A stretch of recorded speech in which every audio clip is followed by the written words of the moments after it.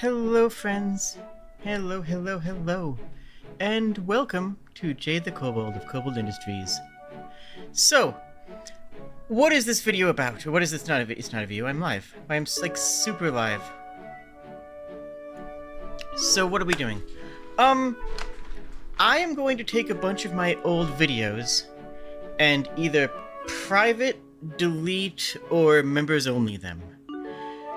There's a couple of reasons for this. See, I was looking at my YouTube channel from a non-logged in account. Just to say, okay, if you're a content creator, do this.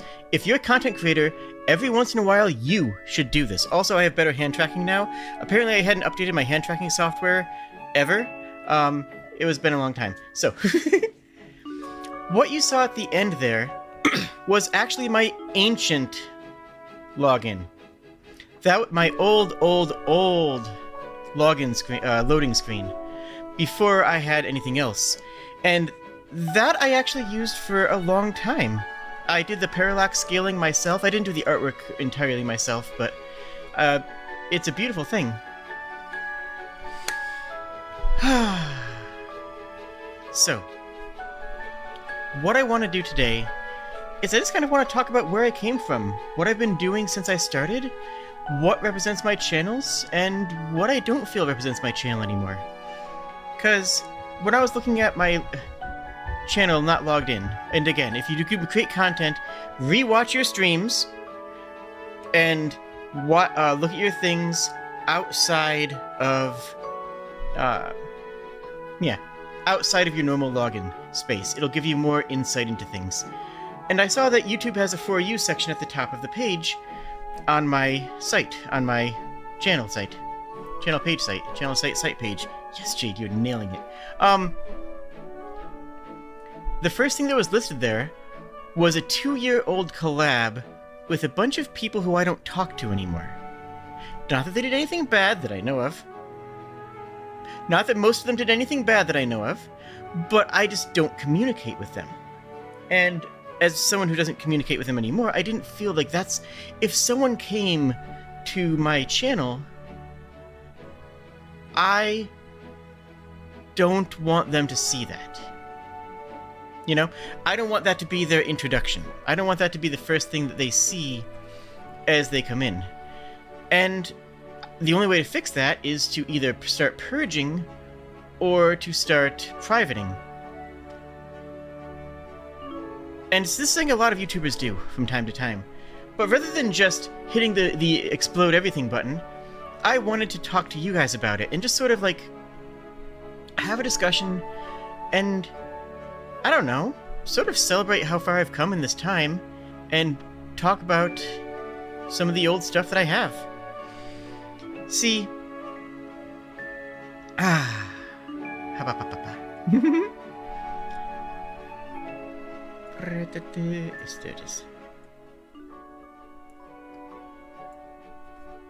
going to turn that down a tiny bit. There we go. The first series on the channel was Bloodborne. That was 3+ years ago. That was January of 2021. My goodness, I've been doing almost solid 5 streams a week since then. That's a lot. Like, I've been doing a lot of content, and I love it. It's brought me so much happiness. It's brought me so much joy. It genuinely has... I don't want to say it's given me purpose in life, because that makes it sound like I didn't have purpose without this, because I did. I was already, like, living a decent life, but my goodness. Having all of you and having all of this has changed my life so much for the better. But if someone clicks on my channel, I don't want them to watch Bloodborne. It was good. It was fun. I don't regret it. But my goodness, that is not what this channel is about right now. That's not what this channel looks like right now. And as a part of this, we are going to be watching some of my old ancient content as well, so you can see me cringe for it in real time. So that's going to be fun. Plus... Oh, I changed you for the better too. Aww, I'm glad. You're already pretty wonderful, though. so it wasn't hard.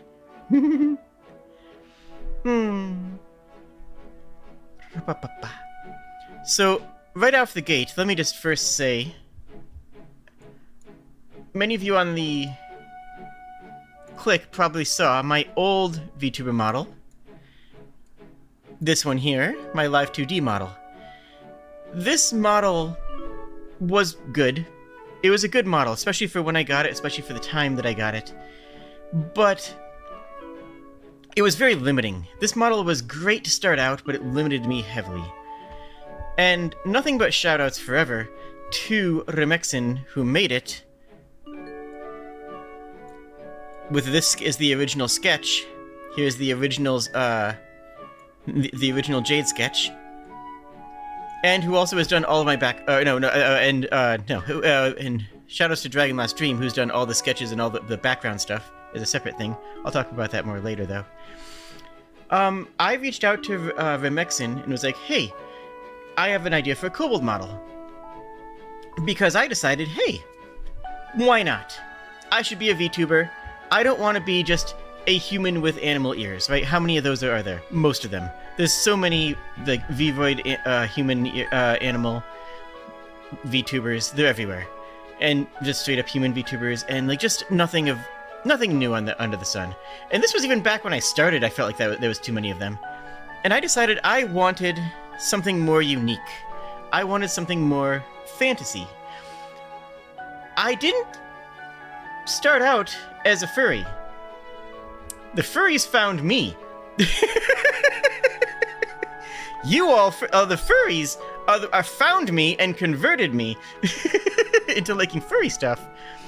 But originally, this was just, a cute kobold because I was looking on Twitter and found some cute kobold art, and it was just a whim. It was, I should start VTubing. I'm gonna commission a model. Kobolds are cute. I'll commission a kobold. Neat! That was the thought process. I didn't even really think of myself as transgender at that point, but Remexin more or less gave it transgender colors all the way from the beginning. Furries like gravity or stand users are inevitably drawn to each other. Oh no! You saying that I already was a furry, I just didn't realize it? Oh, I don't know how I feel about that. That's kind of terrifying. Omae wa mo, Oema mo shippoteiru. You already have a tail.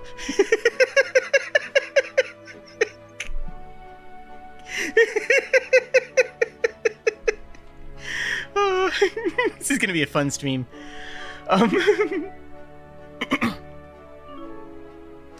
So, Remexin sent me, before even paying a cent or even ordering anything, sent me this image here, and was like, how'd this look for an idea? And I was just like, oh my gosh, that looks incredible. Yeah, that looks great. And then that turned into the Live 2D model. Here, this. And the Live 2D model was good. It's a good model, but it didn't have a full range of emotions or expressions. And that's what killed it. That's what killed that model. Because I couldn't give enough emotion behind my acting. Behind what I do. And like, yeah, I had the occasional, like, little expression sheets, right? Like,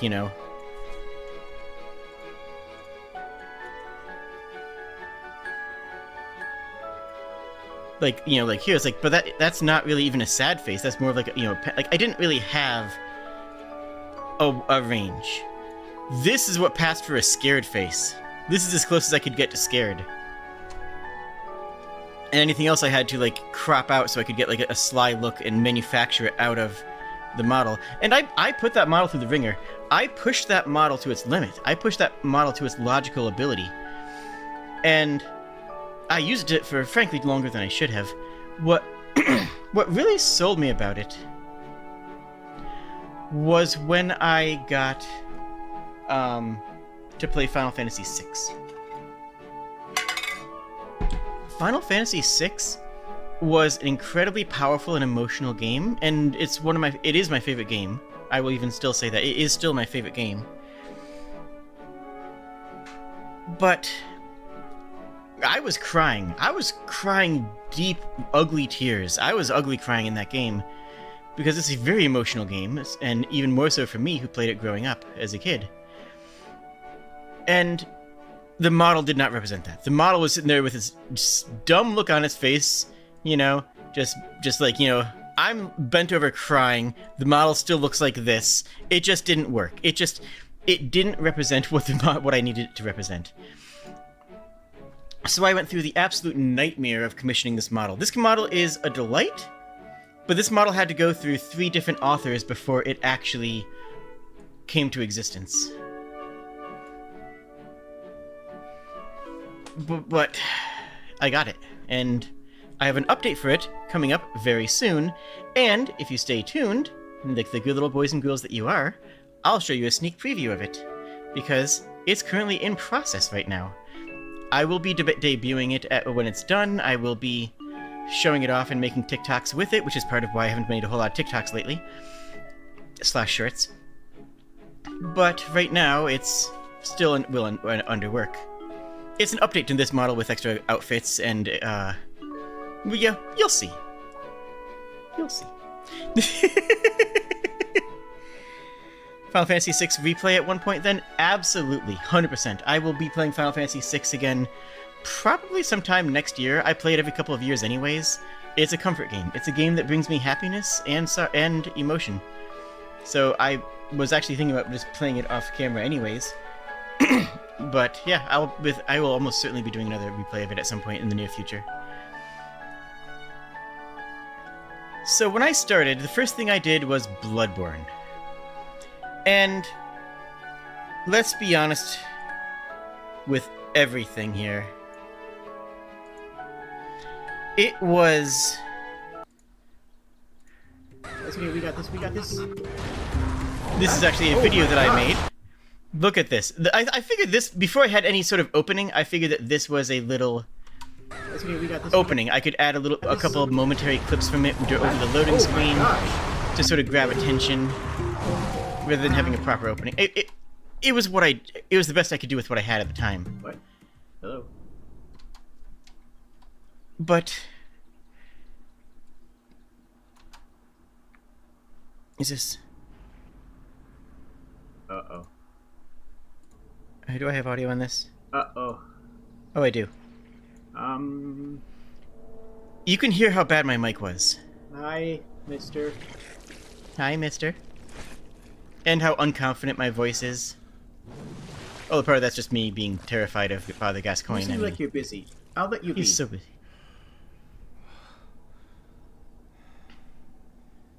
I should just let this play out, huh? Mm-hmm.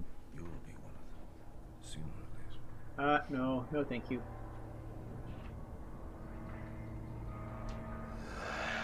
Uh-oh.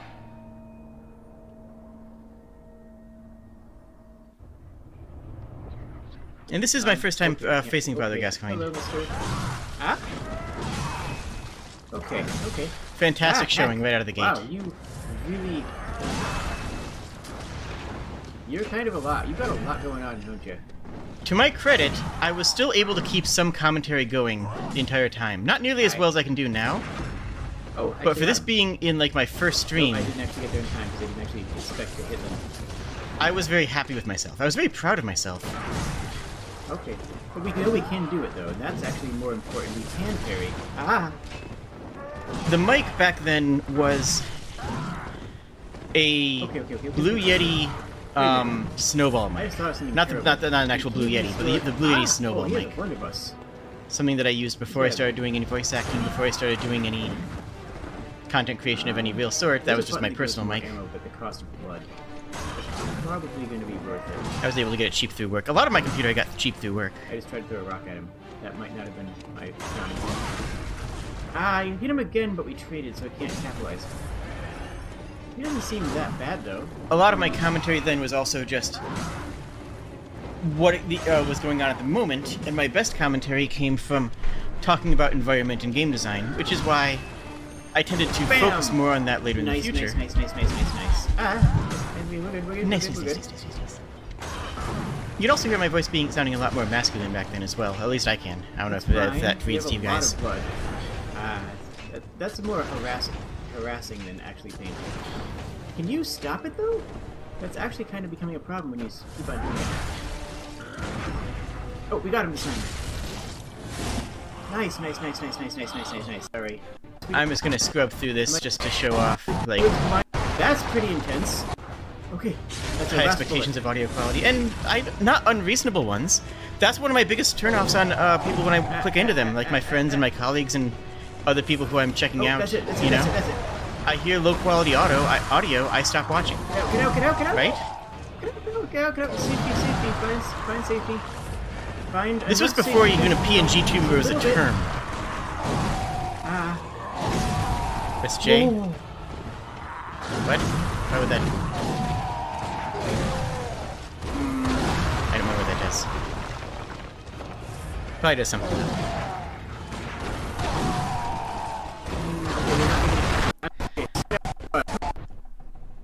So yeah, that was one of my first videos that I published too.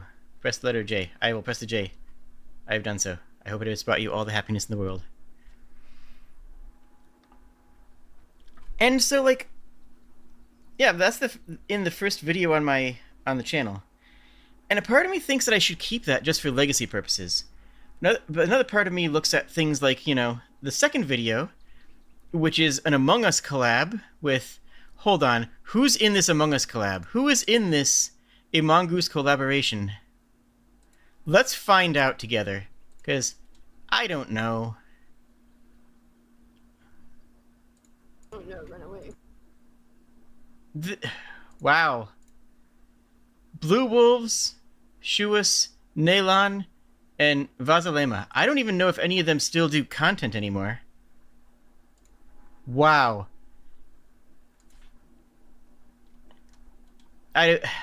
This is bringing me way back. All right, what is this? Apparently, Vaza still does is making some stuff. The last video was a hot minute ago. But like, this isn't what my channel looks like now, right? Why is that like that? Whatever, we'll just leave it like that for now. So,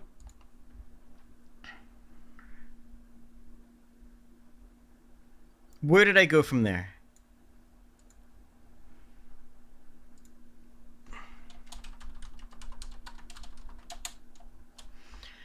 I had a Phasmophobia collab, which I hate, which is still... To this day, that Phasmophobia collab is a all-time bad experience for me. It's actually even unlisted right now already. I played all of What the Golf, which is a great game. You might have noticed that I was talking about that with Sprig, and might do a collab with Sprig on that sometime. And I think I will, probably. It was a good time. I did Gyromancer, and I just sort of jumped around. I tried to find my place. And I just tried to find what a Jade the Kobold stream looked like. That was the biggest thing, was finding out what a Jade the Kobold stream was to me, to the one doing it, to the person making it. What did a stream that I made look like? And you will get lost. You'll get super... For a while, it looked like this. For a while, this was simply how Jade the Kobold looked. Risky, what I'm planning on doing is I'm going to unlist several of the older videos, but several of the older series that people might still want to watch. Like, I'm going to convert to members only. That's my plan. Is that things like the old Mario or Transistor runs, I don't want that to be lost media. Actually, one of my friends, had specifically requested that it not be. But I also don't want it current, like, it's not something I want to be recommended to people now, So if someone is a channel member and wants to see, this,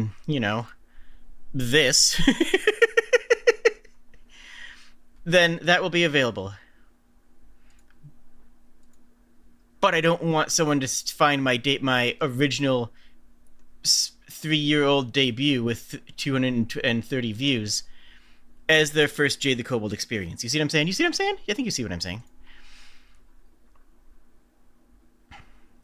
But I jumped around to a lot of different things. I tried to find what fit. Well, thank you so much, Kobold, and congratulations to the people who just got memberships from that. You will now have access to the archives. So, it's not as horrible as I think it is. It ain't great. Some of the stuff is before I found my laugh. A decent chunk of the stuff is... Remember, I didn't have my laugh. The thing that a lot of people consider iconic to me, I couldn't do. I didn't have my laugh. I still was dealing with the family, childhood trauma of my mother insulting my laugh and me repressing it and not remembering that this is how I used to laugh when I was a kid until it came out during streams. And I realized that, wait, that's part of me. That's part of who I am.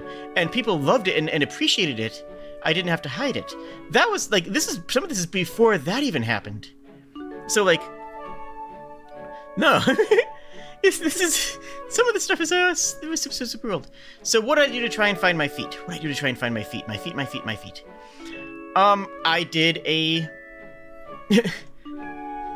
a stream about showing people how to use Unity. I actually did a couple of Unity streams back when I was more active in making things in Unity.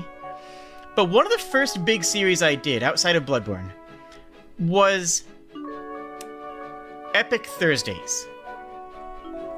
Now, if you are in the gaming sphere, if you're familiar with the video games, you know, at the very least, Epic Game Store.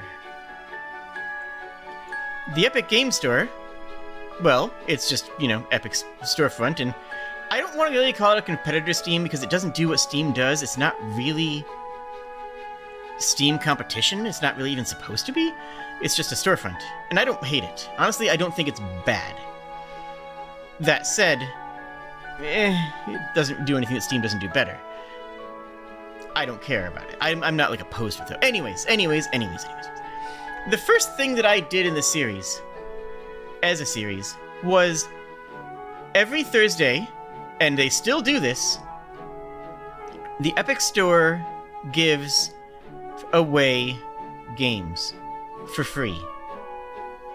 Every Thursday, the Epic Store gives away 1 or 2 video games completely free, and that's just how they started out promoting their platform, how they started promoting the Epic Store, and then they kept doing it, and they even still do it. Like right now, you can go get Lisa and Industria for free on Epic, and this Thursday they're showing Cat Quest 2 and Orcs Must Die 3. Orcs Must Die 3 is a good game. Like, it's free games, Like, heck, why not? Anyways, I figured, hey, a bunch of people are going to be getting these games, and they might want to see what they're about. And there might be a bunch of searches for them, like, what is this game that I'm just getting for free? So I decided, okay, every Thursday, I'm going to play whatever game is available for free on the Epic Megastore. This gave me a ton of diversity, this gave me a ton of new content, and it threw a bunch of things at me that I would never have played otherwise. And that's good. That's valuable. That's a good thing. Some of it was wretched, like Absolute Drift I could not get the handle on. I just did not understand the game. Some of it ended up being actually fantastic. Like, I played Rage 2 and was genuinely surprised at how good it was. It was just actually genuinely a fun game. A lot of it, though, was kind of in the middle. A lot of it was just, mediocre games that I was just playing. I found a bit of feat in it, though. I found a little bit of what I wanted to make in it. And that's part of why I loved it so much. And equally important and equally valid, I found what I didn't want to make. Oh boy, did I ever find some duds. Absolute Drift. Wretched experience. It's a drifting race car game. And it's a cool idea, if you know what drifting is. I don't know what drifting is. I mean, I haven't the slightest clue what drifting is. It's a car thing, I know that. I'm pretty sure you can jump and hold L to drift in in Mario Kart. But apart from having... Why is it... Huh. It also got demonetized, but right now it's listed as monetization on. So I haven't the slightest clue why. Hello, Jonah. But the thing is that I didn't know how to drift, or what I was supposed to be doing. The game kept on giving me these racetracks, expecting me to know what the heck, and assuming, just assuming, without tutorializing anything, that I knew what drifting was and how to do it. And I didn't. I still don't, frankly. I know it's a car thing.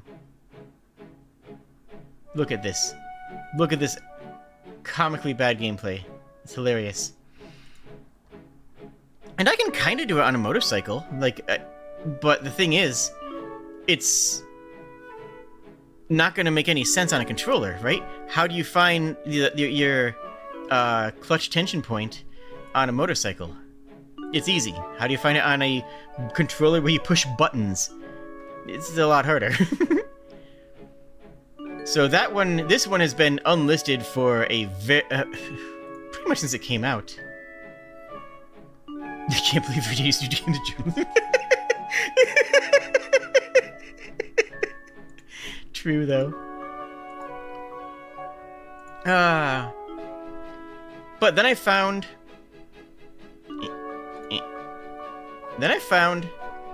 Sunless Sea. A entirely narrative game with a ton of really good dialogue and writing. Just a excellent game. Frankly, I still recommend people go play this.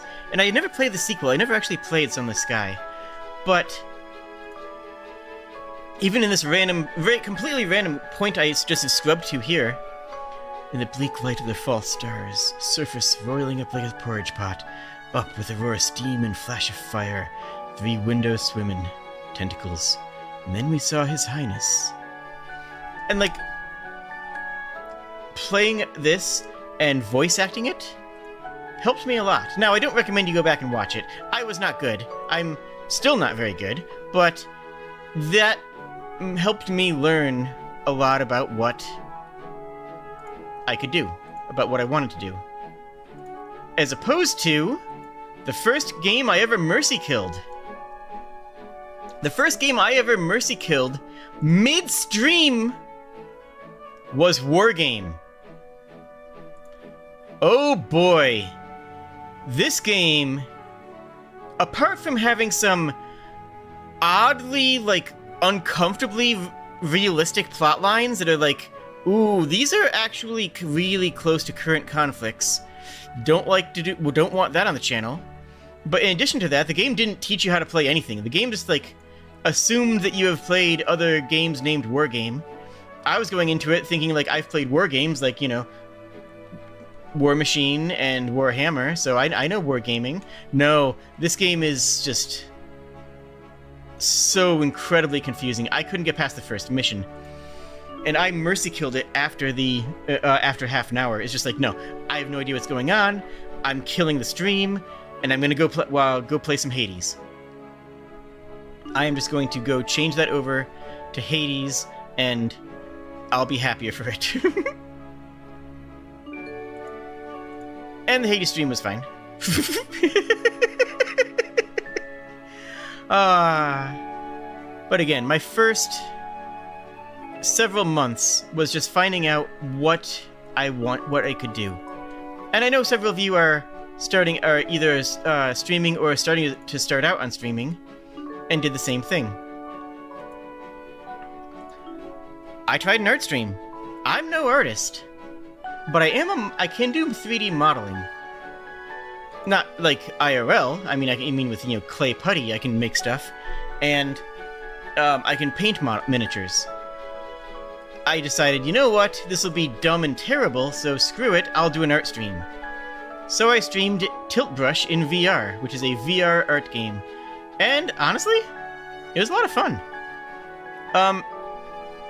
If anybody can figure out what this place is, if anybody can figure out what map I'm making right here, you get mad props. But Jade pottery stream when? I mean, I've considered doing some model painting streams, but I just never decided I wanted to do the IRL angle, you know? I just decided I didn't want to push into the IRL style. And that is correct. This is the opening, from memory, the Kakariko village in Ocarina of Time. You can see this rise up here, where you can go in to get the sword. You can see the running up thing, jumping over, the puddle jumps the store. It was good. It was fun. I'm still not a great artist, and I don't pretend to be, and I'm okay with that. And one thing that's always bugged me... Okay, just real talk between us right now. One thing that has always bothered me is when I say I'm not a good artist, and people say, oh, you can just practice. And it's just like, you don't understand. I'm okay with not being a good artist. I don't want to spend the time, effort, brain power to become a good artist. I'm sure I could. You're right, this is Kokiri first, not Kakariko. Thank you so much. You're absolutely right. I could put in the time and effort and become an artist. But I don't want to. I want to use my voice. My art is my voice. I want to use my ability to play games and think and talk at the same time. I want to use the art that I feel more confident in and get better at it. I want to be better at this. I could learn to draw. But I'm okay with not being someone who can draw. I'm okay. Thank you. It is exactly right, Sapphire. That's exactly right.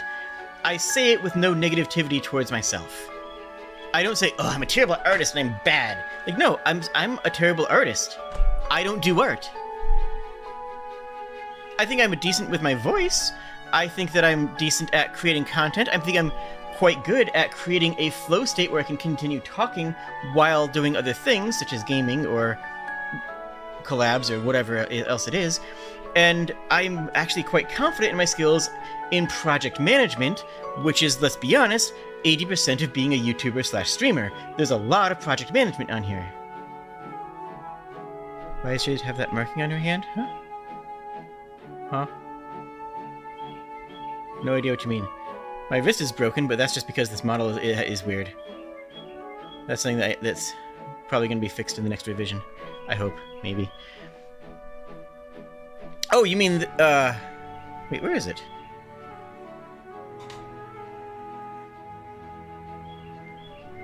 Wait. Eh? Oh, that. Yeah, that's an IRL scar. This scar represents an IRL scar that I got from a sword. I was doing stage combat. I was a trained stage combatant. I did stage combat for several years, and I was training somebody who didn't have the amount of training that they claimed to have. I thought that I was working with somebody who needed practice and just wanted to, and who wanted to improve. They were more like a newbie. They didn't present themselves as such, so I didn't take the precautions that I would have were I working with somebody who was new to it. So I actually have this scar IRL. It actually goes all the way up to onto the hand as well. And I got stabbed. I got stabbed in the wrist, straight through, just whoop, with a rapier all the way in. It was not great. It hurt, and it hit the tendon dead on. Just seen kids. How dare you? I mean, you're not wrong, but how dare you? So it hit the tendon dead on. It's just straight through. And the actual scar is from the surgery where they had to cut back to try to find the tendon to reattach it. It was suboptimal, shall we say. Anyways. Motorcycle skills and so how are you so cool? Look, I live my life such that I do the things that make good stories. I do the things that I find exciting. I do the things that bring me happiness, and the things that bring me happiness are the things that I guess make good stories. I don't know if I'm actually that cool, but no, I genuinely have a very big sword scar. Fun fact, it's actually on it is on my right hand, but I don't have my model finger capture. I don't have my hand capture flipped, so I'm holding up my left hand. Whenever you see me move my hands, I'm actually moving my hands the opposite. So if it ever looks like I'm left-handed because I'm doing stuff like this, I'm not. I am right-handed. This is just a mirror of the hand tracking. Jade, you're so cool. No, I'm not. I'm just me. I'm just me, and that's pretty awesome sometimes. And other times, it's less so. But every once in a while, it's kind of cool.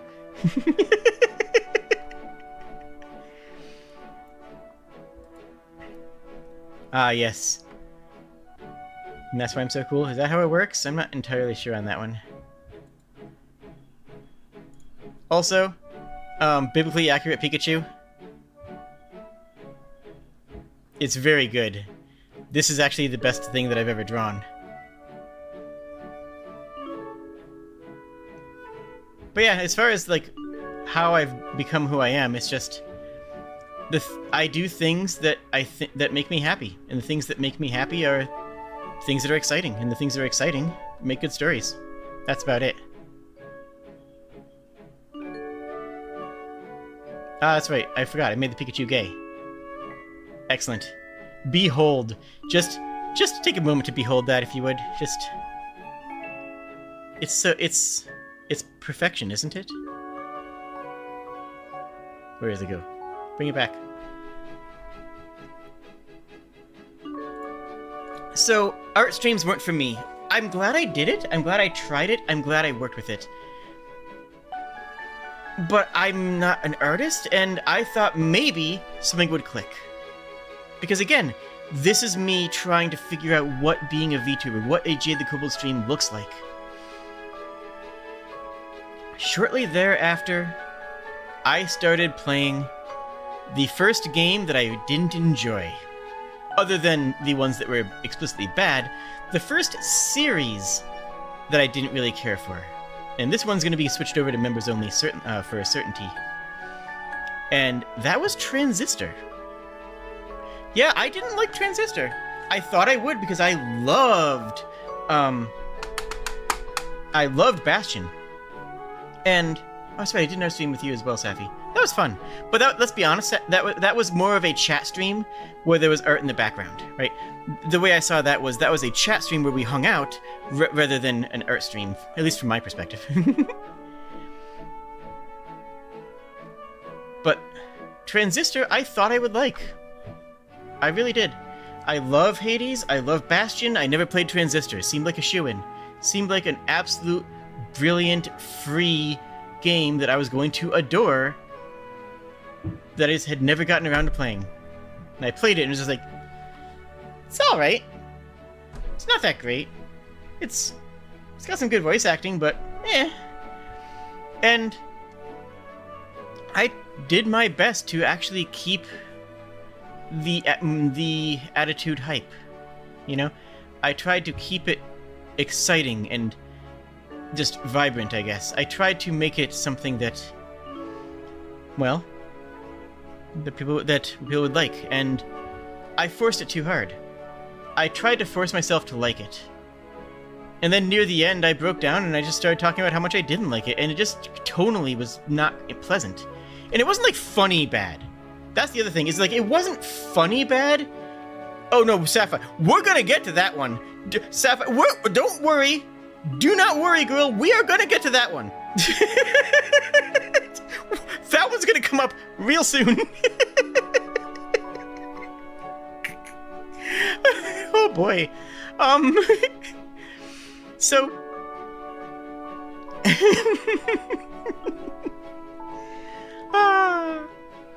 But I played through Transistor. Oh, we're talking about Moon Daddy again. You believe it. And Transistor just was... meh. Eh. And... I was disappointed in my own content even then. And one thing I will recommend, again, to everybody who makes content, watch your own content. If you're an editor, you watch your content a dozen times. I get it. And if you're a streamer, a lot of streamers don't watch their own content, and as a result, they can't improve. If you don't watch your own content, you cannot improve at your content. So that's one recommendation I have to everybody who is streaming, is make sure you watch your streams once in a while. Find your flaws. Now, I want to talk about burnout real quick. I've done a miraculously good job of avoiding burnout. I've been doing this for 3 years with virtually no breaks, though they have a break coming up after the stream because I'm having surgery, but hey, if I feel good enough to stream, I'm gonna. If I feel good enough to stream on Thursday after my surgery, I'll stream Thursday night. Bet I'll be there. I don't know, but maybe.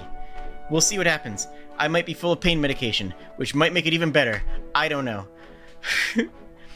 But one thing that I want to tell you all about burnout.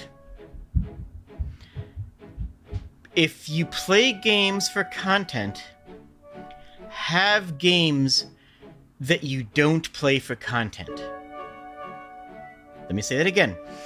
If you play games for a living, for content, for doing things, have games that are separate from that. I always have, and that's part of why I've never been able to burn out fully. That's why I've never really had bad burnout. I've had a couple moments where I was really down. I had some severe depression that I tried to hide that got sniffed out by you guys. That happened. I'll talk about that when we get to it. But for me, one of the games that I play for myself and not for content is Monster Hunter. I love Monster Hunter. I don't want to make content off of Monster Hunter because that's my relaxing pleasure game. I don't want to be thinking about making content when I'm playing Monster Hunter. And because I have that separate from content creation, that's a game that is always relaxing. Because that's the threat. The threat is that you fall into this morass where anything that you do should be content, and how dare you play a game and not make content out of it? That's what flags burnout. Because you don't have anything that you can actually relax with. Now, I like going on hikes. I love mountain climbing, and not full on mountain scaling. My shoulder won't allow that. But bouldering is when I say mountain climbing, I'm referring to bouldering. And I like gaming, of course. I love going to the hot springs and swimming, and I have a lot of likes. I have a lot of passions. And having a diverse set of passions outside of video games is part of, again, what has made me an interesting person. But as far as games go, Monster Hunter was set aside from those. So let's talk about the time I streamed Monster Hunter. See, Monster Hunter is a good game, and I like it, and I knew I was going to set it aside, but Monster Hunter Rise starts out with a forced single-player segment. And that forced single-player segment, I kind of decided, you know what? I can't play this with my friends anyways, so I'll make content out of it. And so I played through all of the single-player parts of Monster Hunter Rise on stream. And it was fun. It had some really good moments, and I do have a lot of experience with Monster Hunter, so I was able to make it good. I'm proud of the content. I think I'm genuinely proud of what I made with it. But it did bite into me, because that was something I had always reserved, not just as, to be non-content related. And I hadn't been streaming for that long yet at this point, and I learned very quickly that no, this is not, I need to have games not for content. I need to have games not for content, and Monster Hunter has to be on that list. which was the right choice. Which was absolutely the right choice to make. I don't regret it because I learned from it, and that's something that I recommend. Also, you can see the closest I ever got to an overlay here. Like, this border here and the chat right here going below it is as close as I ever got to actually using an overlay. I hate VTuber overlays with a passion. Absolutely hate them. Genuinely hate them. I think that VTuber overlays are a stain on the industry. Absolutely. That's why I run the side panel. That's why I run this. Is more of like, you know, something like you see Savitz or Saikuno or Disguised Toast or Alpharad. These all run these webcam cutaways, right? And that's what I do, is I run the webcam cutaway. I hate so much the streamer overlays that cut away massive parts of the screen, right? What percentage of the screen are you sacrificing? And the answer is way too much. Now, here's the thing, though. Here's why. For me, at least. I don't make normal streams. Back out a bit. I make Let's Plays. Let's be honest. If you've been here for any amount of time, my style is a lot less like Pecora or Corone or like, you know, my style is a lot less like the big VTubers out there. My style, pardon me, is more of the old game grumps, of the playframe, of the pro Jared, of the, you know, the Let's Play, the old-fashioned YouTube Let's Play channels, because that's what I wanted to make. That's still what I want to make. And that's why my videos are so focused on the game rather than me most of the time. How is my cough cute? Simple, you just die. That's all. You hate them the same way that you hate VTuber logos? Actually, Safi, let me ask you this. Hold up. I'm actually going to run off of that right now. Safi?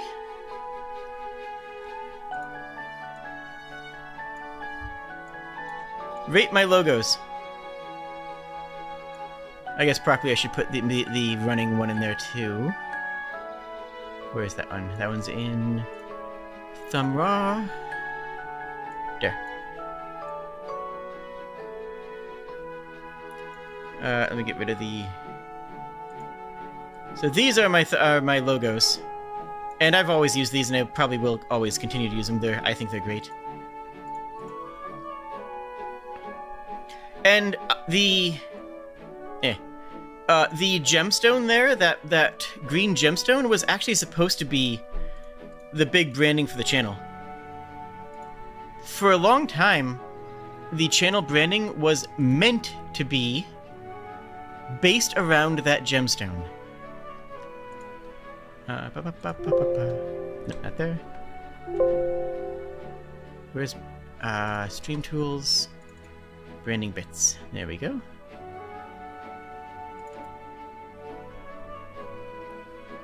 So, like, this is still even like an icon on the Discord, and it's still like, you know, was supposed to be the iconic part of my character in my design. But it kind of wasn't, right? Like, it didn't end up that way. And what ended up being the iconic part of the design was this. The 3 dots. The 3 little dots on my, the motif that ended up being more iconic than the original gemstone. And you've seen it in all of my iconography, is the repetition of that 3-dot motif. That is what my branding is. Like, that's what makes me me. Even Tanzi, if you haven't noticed, Tanzi Here, hold on.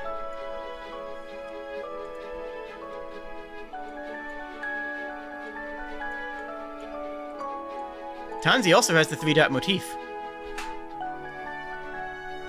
And that'll always be a part of the channel now. Like, that's more iconic than... And that was an accident, right? The 3 dots were just supposed to, be a little bit of a note here, sort of representing an iguana's tympanic membrane. Was Tanzi Jade all along? Yeah, the reveal, right? This ended up being what was iconic about the character and about me, other than the laugh, which again, the laugh was never supposed to be iconic. I didn't even have it when I started. It didn't even exist in my throat.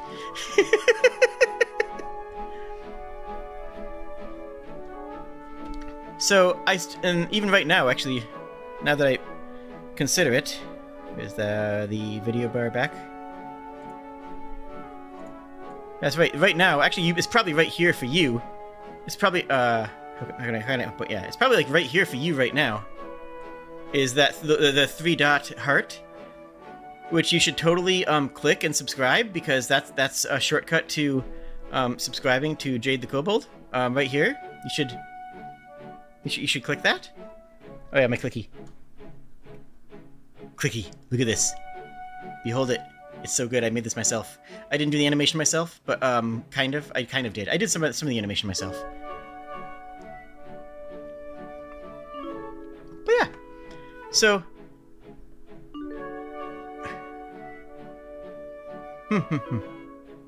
logo with the diamond in the middle. Good, readable, simple. Yeah. It was made by Blue Elf, who is actually a professional designer. Logo with a diamond to the side, a little bit off balance, but okay. Yeah, it's supposed to be off balance, actually. Like, the one with the logo with it to the side is an off balance image. But again, that is not supposed to be used on its own. The one with the icon to the side is supposed to be used on a thumbnail where the rest of the image balances it. So you're right, it is an unbalanced image. Because it's supposed to be an asset to a larger thing.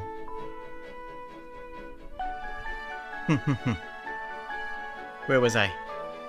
Oh yeah, Burnout. Have games that you play that are not for stream, If you are a streamer and you stream video games, do not stream the video games all the time, all forever. Do not make it so that the only time that you play games is when you stream, because then a part of your brain will be working. Right? There's a working part of your brain when you stream. And if that part of your brain is always working, you will fall apart. You as a person will fall apart. And some people, not me, fortunately, because I knew this. I already knew this because I had been, an actress for a long time.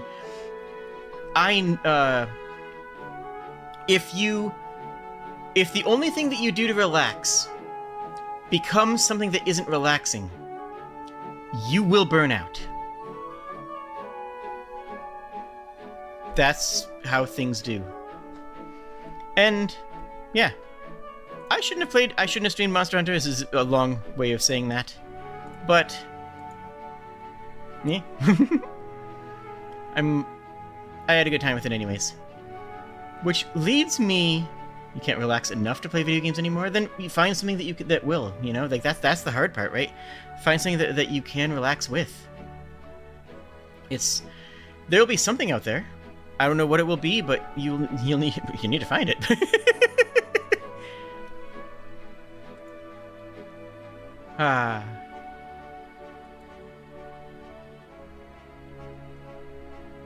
So, let's talk about 3 out of 10. 3 out of 10 changed my perception on what it is to stream, on what it is to be a streamer. It's a puzzle game. It's an adventure game, not unlike a Monkey Island. Not as good. It's a decent game, but it's not incredible. It's very it's very 2002 webtoon style of comedy. It's very not Homestuck, but it's very sluggy freelance. Girl Genius, that sort of of tune, your Bob and George style thing. And it's a decent game. You walk around, you find puzzles. The animation's adorable. It's goofy, but it's not overly goofy. It's trying to be goofy, and it's succeeding at being as goofy as it wants to be without being overboard. Good game, genuinely. I go play it if you want. It's a decent game. I got it for free on Epic Games. This was an Epic Thursday game. But I had a bad time streaming it because I didn't realize how cutscene heavy it was. See, the game is actually extremely cutscene dense. A large portion of the game is just spent listening to dialogue and watching cutscenes. And these cutscenes, I didn't have anything to add to them. They were already funny. Not like hilarious, but they were already, had some comedy in them. And you like Jade's Web is more than the others because they don't feel copy pasted? Yeah, it's because they were made by an actual designer. And I do like the pixel art logo. It's just It's a sometimes logo. I don't want to show my face too many times on one image. That's why I don't use it more. So I didn't want to I was just doing React content at this point, Well, these cutscenes were playing. I was basically just reacting. And that sucked. I'm just sitting here just with my big kobold eyes going, okay. I don't know what I'm supposed to say here. I guess I laugh when it's appropriate, but then what am I doing for the audience other than supplying a laugh track? I didn't feel like I was making good content for my audience. This was just something that my audience could go play on their own. And yeah. I realized I didn't want to make that. I realized that wasn't what I wanted to be making. The other ones were made by actual designers too. They have the same font. Well, okay, well. No accounting for that, I guess.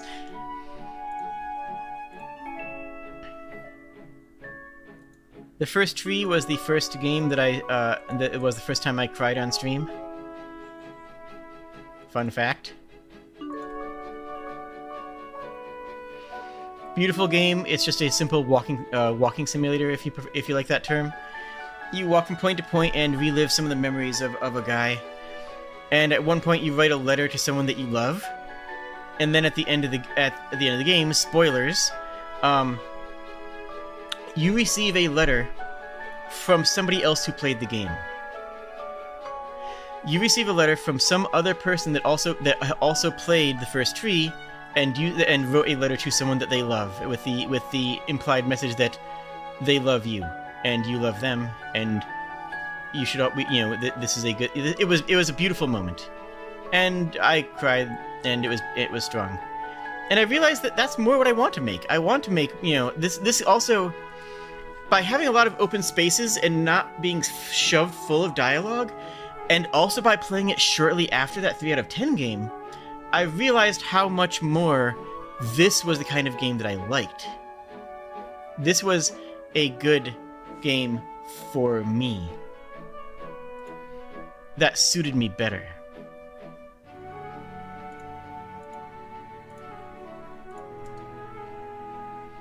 And then I played Soma. You know how I am with horror games. The answer's not great. Hold on, let me see if I can find the moment. There's one moment, and you probably know... Ooh, that's Monster Manual stuff. And you might even know what it is. But there was one moment in Soma that broke me. And it broke me in a whole new way, too, yeah. And it was right around here, I think. No, this was just a funny moment.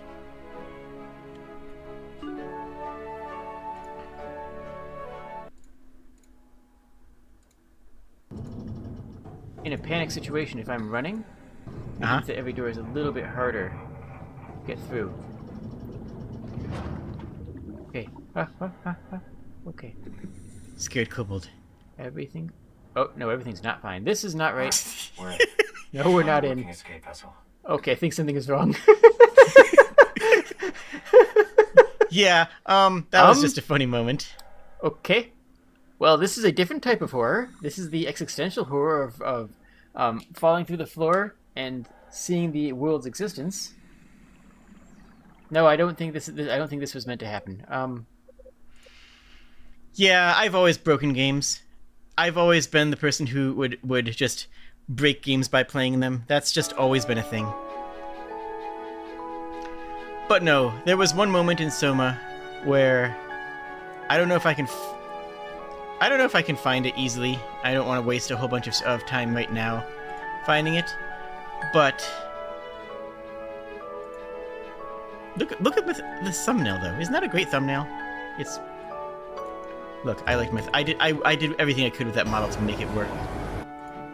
Safe pressure pump. Just gonna real quick scrub to see if I can. No. No. Okay.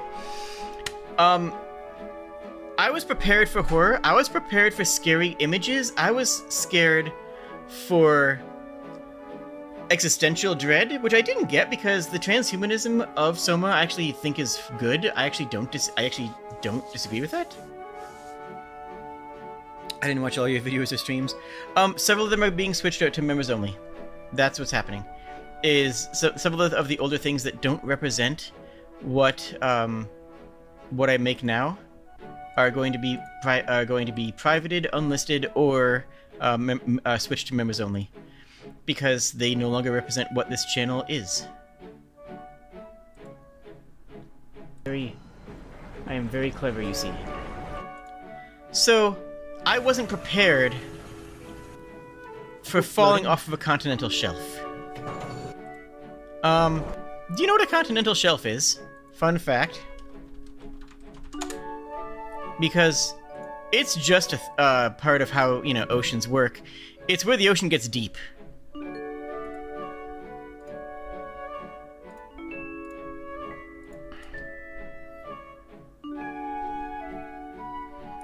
Continental shelf is this.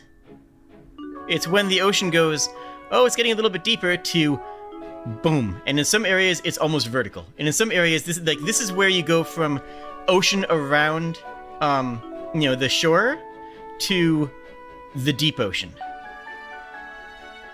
And in some places, yeah, you can just drop straight, directly down from the shelf break down to the Bethel zone. And just, yeah. And there was a moment in Soma where you fall off the continental ledge, off the shelf. You can fall off in that, and I was prepared for a game over. I was prepared for drop for 3 seconds and hit a kill plane, I was prepared just for the game to just kill me and be on with it. It didn't. And that's what I was not emotionally ready for. Jade fell off in front. True. And what the game did is you keep on falling, it gets darker, and then you hear your visor start to pressure crack. And then you die in the game. And then I could not. I just couldn't. I absolutely could not with that. And it broke me. And it wasn't like, no! Like with most horror games, this was a genuine, I am unsettled, and I'm uncomfortable, and I want to go crawl into a hole and die now. Okay? And that was a different type of fear than people expected, and that I expected, and that everything else. That was a moment where the horror game was not, oh, this is scary. It became, I am uncomfortable on a deep, unsettled sense. That was a thing. That was tough. And yeah, I love scuba diving. I am a scuba diver. I have my certifications for scuba diving, for open water diving, for wreck diving, for search and recovery. I have a lot of scuba certifications. And, well, that's a fear of mine. There's not a lot of things that I fear under the water. That's one of them. And it's not a realistic fear. I don't go in places where that's even a concern. And if it is, you pop your weight belt off and you go up. Easy as. But it was still a moment that I guess triggered me, the proper word, but like, you know, that set me off in a way that made me very sad about things. So let's talk about happier things then. Let's talk about more cheerful things. Remember that time I collabed with Yuki? We played all of Resident Evil 6. It was my first Resident Evil game. Yuki is still streaming and has become decently large. Like, oh, the James Cameron's Abyss is an amazing movie. 10 out of 10. Go watch that. Go watch the director's cut version because it's a completely different movie. One of the few movies where the director's cut is actually different in a tangible way. So Yuki and I played all of Resident Evil 6 together. It's the only Resident Evil game I've ever played. I've been told that that's a bad thing. I've been told that it's also the worst Resident Evil game, but it was the first one with multiplayer, and, yeah. Played it. It was fine. It was fun. There were some good moments in this. This was a fun playthrough. And, yeah, like I said, she's actually grown to be pretty, I think she's actually a Twitch partner now. I'm not certain for sure. You're better off playing 5?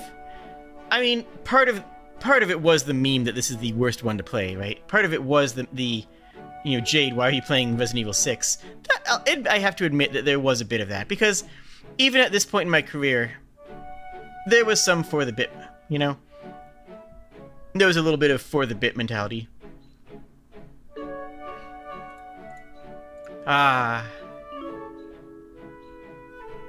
Let's talk about two of the most defining things that I've done on this channel. The first one,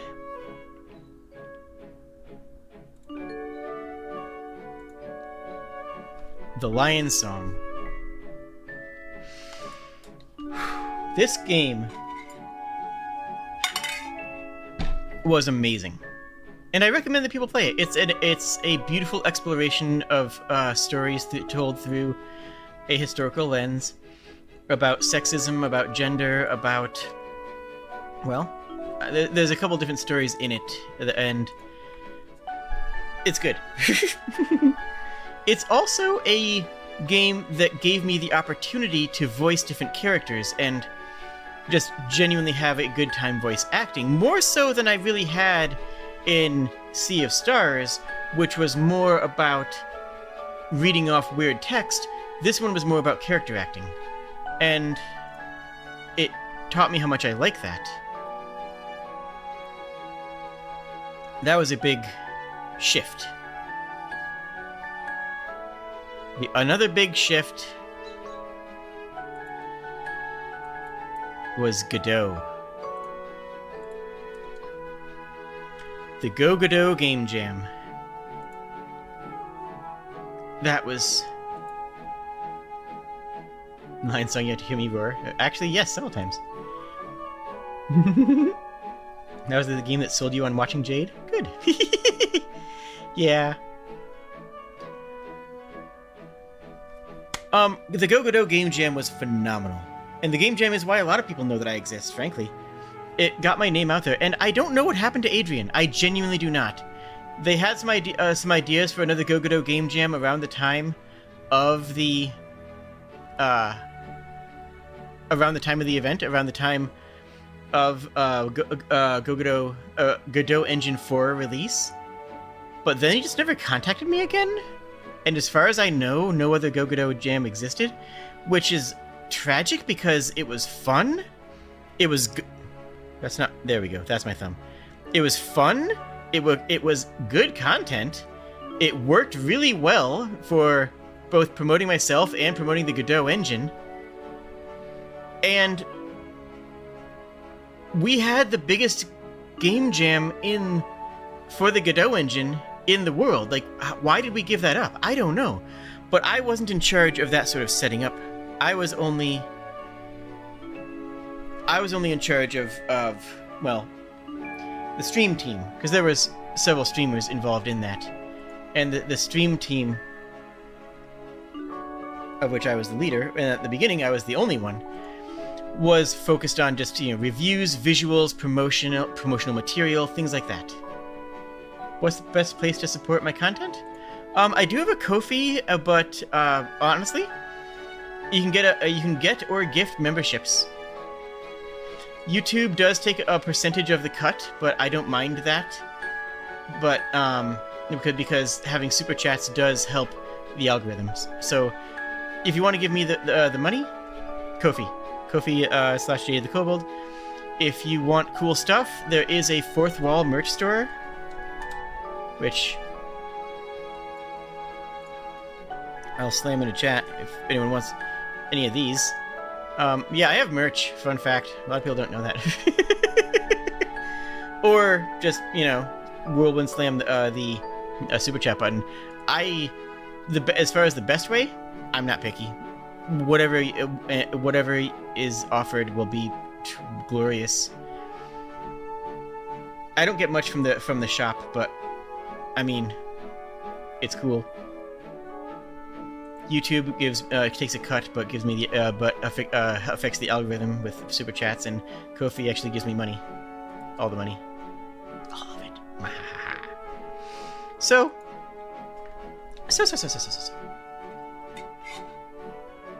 I love the Go-Go Game Jam. I wish there was another one. I wish there was more of it. I wish that I was involved in more game jams, frankly. Like, that's one thing that I want to do for when the next Dog Pit Jam rolls around, is I want to stream a bunch of those things. I've been a part of the Dog Pit crew for a long time. I don't remember when I joined, but I've been a part of Dog Pit for ages. Team Dog Pit. It's a good group of game designers. I could start listing off names and you'd probably recognize a few of them, but I don't need to because...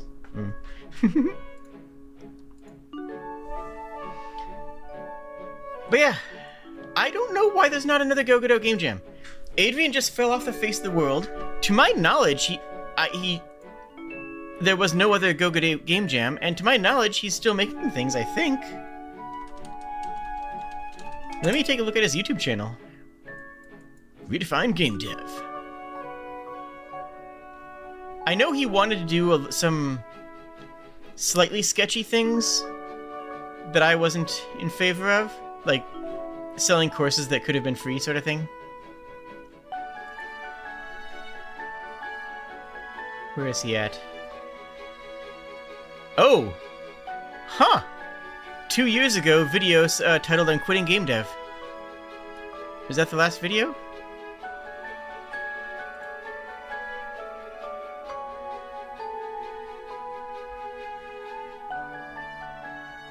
No, it's not. Interesting. I'll have to look. I hadn't followed up with him because, well, I wasn't that close to him. We just did the Go Godot thing, and he hit me up when the Go Godot thing was, and I was like, okay, I'll be there, and I'll make it awesome. I will make everything amazing. And I did, frankly. I'm not even going to be, coy about it. I brought a lot of life to what was otherwise a very boring game jam. I kind of was the face of it, and that face was good, and I enjoyed it. And I lament that it's not still there. Genuinely and unironically. But you know what was amazing? Chicory. Oh, I love Chicory.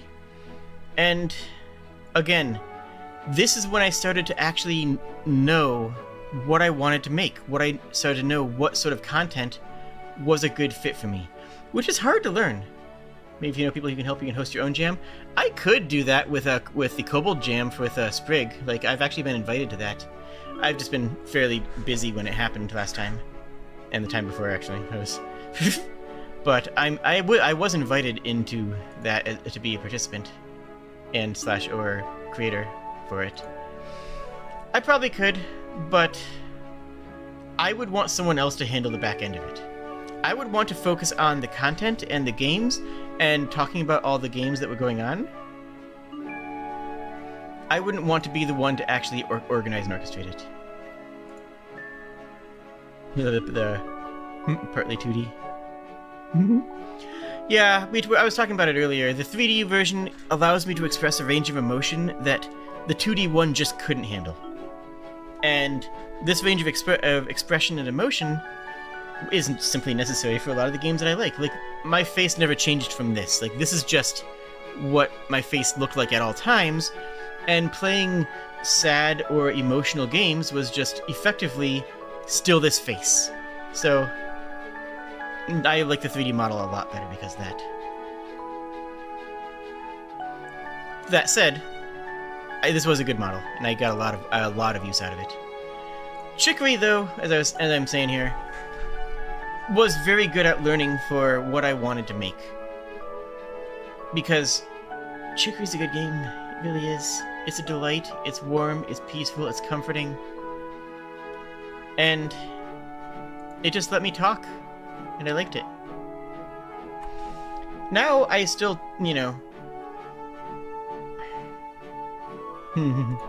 I should find some more indie games. I'm really happy doing the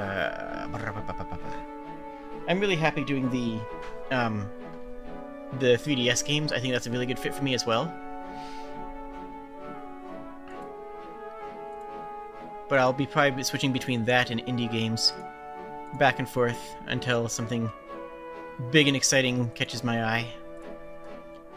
Now I want to talk about games that people convinced me to play. I want to talk about games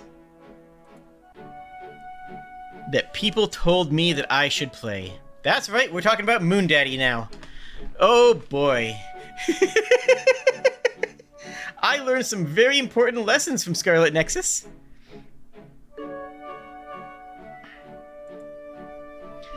Specifically, I learned, it's okay to hate things. I wanted to be uplifting. I wanted to be cheerful. I wanted to, bring joy and spread joy. And I still do, and I do. But when I was playing Scarlet Nexus, it was hard because I was hating that. Welcome, Damon. Welcome, welcome, welcome.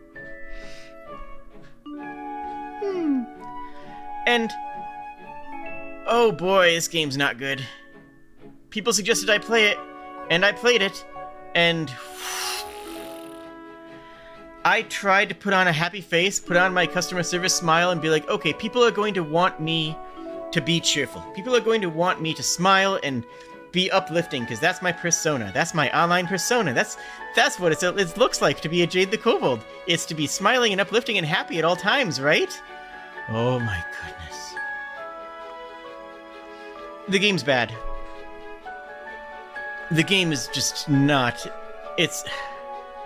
I'm sure some people love it, but the plotline is all over the place. When I say Moon Daddy, by the way, if you ever hear someone in chat or me or on the Discord talk about Moon Daddy, that's because one character... I'll see if I can pull him up on screen. That's because one character is from the moon. One of the characters is from the moon and has a daughter that he wants to protect. This is dropped into your face in the middle of a cutscene with no explanation and no rationale and no justification. This is him. And no justification. And it never resolves the plot point. Nothing ever happens with it. He just kind of drops, hey, just so you know, I'm from the moon. Okay? What? Oh, and, I came to Earth to help you with the plot, whatever. Because I wanted to protect my daughter from plot or whatever that's happening on Earth, not the moon. I'm sorry, what now? You want to do what with what now? Huh? This is so out of left field. So completely inane. Honestly, I don't like character action games in general. I like Souls games, I like Zelda games, I like... yeah, things of that nature. But this plays more like a God of War. This plays more like, you know, your God of War style character action. And I just was not about that. I've never liked Bayonetta. I recognize that Bayonetta's a good game. Let me just find some combat. Here we go. I recognize that Bayonetta's a good game. Don't get in my ats about that. But I don't enjoy it. It's just not the kind of game I like. And this is not only a character action game, but it's not a particularly good one at one point either. And it's just like, yeah, they just dump on you Moon Daddy. It's just like... And that kind of summarized the game. In a lot of ways, that summarized the absurdity of the game. You just stopped watching because you didn't feel good with the way they were telling the story. There was also one villain who's evil for evil's sake and is never redeemed or justified. Just like, ha ha ha! So what game are you watching? This is my old footage from Scarlet Nexus. I do not recommend it. But let me tell you about the one moment. Let me tell you about the one moment that almost broke me in that game. It wasn't even related to the game. Oh my goodness. So I was playing the Scarlet Nexus, and this person who used to be a regular here, Tuzzy, who went by Tuzzy Buzzard at the time, they're still a regular in the Discord, but they mentioned to me, hey, thanks for playing the game, it looks good, I think I might get it. And that's when I realized that I was playing and presenting the game and putting it in too good of a light. I wasn't being honest with my audience. I was putting on a customer service smile, smiling and going, yeah, look what they just did, isn't that great? But like actually selling it, like actually acting as though it was, you know, something cool and exciting. And when one of my fans, my biggest fan at the time, they don't watch my stuff anymore, but whatever. But my biggest fan at the time was like, oh man, I might buy this based on your recommendation, based on your endorsement, based on you telling me that this game is a good game through your gameplay. And it's like, no, I can't do that. I can't in good faith do that. I am misrepresenting my feelings. I wasn't being honest with chat. And part of it was that. Part of it was that I wasn't being honest with chat or myself about my actual feelings about the game. I was streaming with a customer service face. And I fixed that. I got better at it.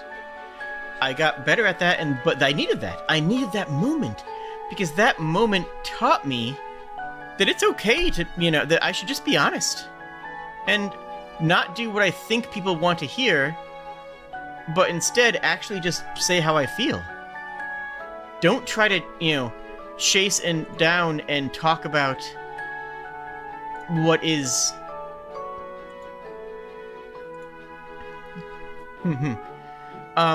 don't just, you know, talk about things the way I think that people are going to want to hear them. Talk about the game as I feel about it. I became a better streamer that day. Do I have the streams? They're still public. They're still all in a I believe they're all in playlists. I believe, but they're still on the channel. But Scarlet Nexus will be switched to members only. That's one that I'm going to be taking down. I am not proud of that, and also a lot of the one-offs, things like Gartic Phone or Among Us things, those are mostly going to be taken down as well. Made unlisted, or some of them will be going to members only. Case by case basis.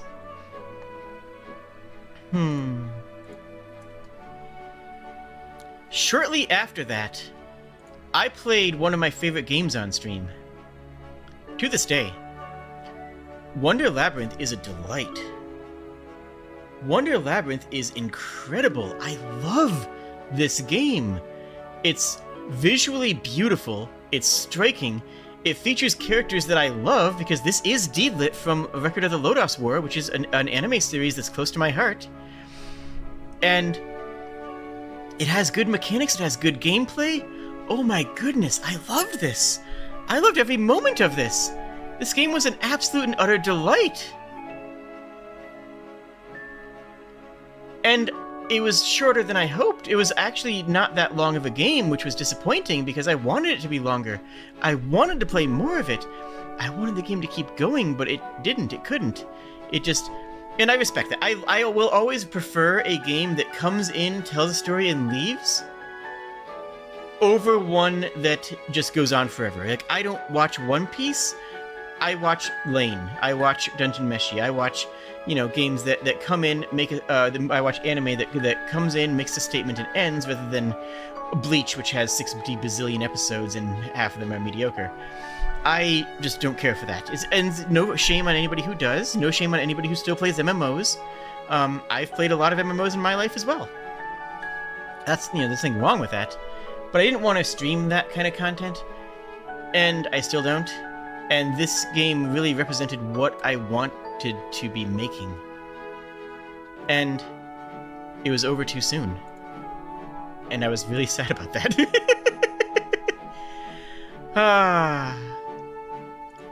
But especially after playing Scarlet Nexus, that game helped me recognize what I wanted to do, what kind of streamer I wanted to be, helped me become the kind of streamer that I am now. And shortly thereafter, I realized that. I said to myself, yeah, no, this actually genuinely, unironically, is what I want to do. So I looked for other Metroidvanias. I picked up Bloodstained. You can always trust a bat. If you don't get that reference, then don't worry about it. It's a very, very old reference, channel reference. But Bloodstained was a delight. And now I'm, going back to that kind of by playing the DS Castlevania games, which I'm adoring, for real. It only took me several years to get back to that to this path, and that's fine because I did a lot of great things in between. But I like this format of game. I like the Metroidvania format. Chat will help me with the mental load of telling me, hey, you missed this, or hey, there's a thing over there, and that's good. It's quiet enough and has enough backtracking to allow me just to open my mouth and let words fall out and just talk, which is great. But it's also interesting and visually engaging enough that people aren't bored with what they're watching. You're not going to not care about the video, which is something that happened with several of the games that I've played, where people stopped caring about the game I was playing, and I don't want that either. Again, I'm a Let's Play channel, right? This is at the end of the day a VTuber glorified Let's Play channel. Now, let's talk about beans.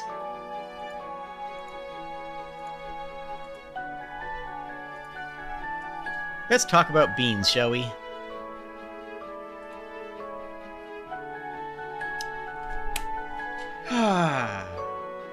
This is a fun game.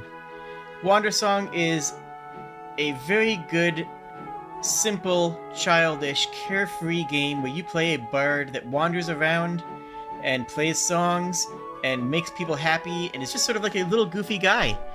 He's excited, he's fun, he's just having a good old time, okay? Here's the thing that I did with this. Now, for those of you who don't know, I've done children's theater. I've actually done a good amount of children's theater in my life. Nothing you recognize, more local stuff at like libraries and going into elementary schools for a show. Nothing like, terribly public. But I've done a lot of children's theater. One of my favorite was doing a children's theater part about pirates after kids had read Peter Pan as homework, and my partner, not like relationship, but but my work partner was would go up to the front and start talking about piracy and being, and like, what the pirates were like in historically and stuff like that. What, all that fun stuff, all the good historical stuff. And then partway through, at about the time when the kids are starting to be like, okay, whatever, this is just a educational stuff about pirates, I would burst out of one of the doors, challenge him to a duel, and come at him with a sword drawn. At which point, he would draw his sword, and we would actually have a choreographed 5-minute-long fight scene in front of the children. Oh, that was so much fun. Anyways, what I did with Wandersong is actually YouTube Kids. I actually made that specifically intentionally targeting the YouTube Kids algorithm to see if it would take, to see if that would be something that would be, I don't know, effective, to see if it would take off. It didn't. I figured I would try it anyways. It was just an experiment. And you gotta do experiments. I recommend doing experiments. All of you, do an experiment. If you're making content, try something out that you don't normally do. Try something that is outside of your normal purview. And see if it works. And sometimes it might not, and sometimes it will, and the times that it doesn't, that's fine. It just didn't work that time. Whatever. But the times that it does... the times that it does work, well, then you might find something great. Yes, I had also played Chicory, which was by the same dev team. That's also true. Great games both. I haven't seen what they've been up to lately. You know what? Let me pull up Steam right now and find out. It's the kind of stream where I can do that.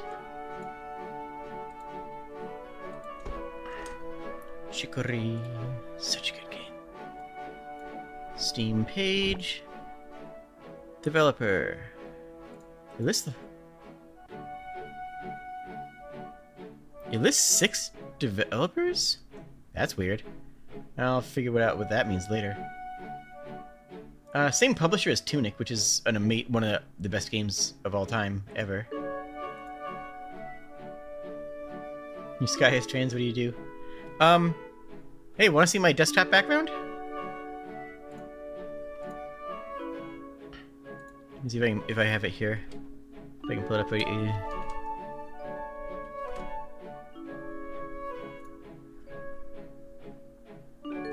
Fun fact.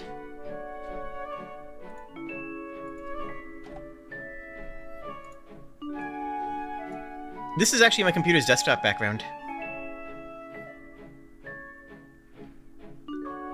If any of you want the file, I'll put it in channel discussion on the Discord. I'll do that now. But yeah, this is actually my my computer's desktop background. It's fun. It's cute. I like it.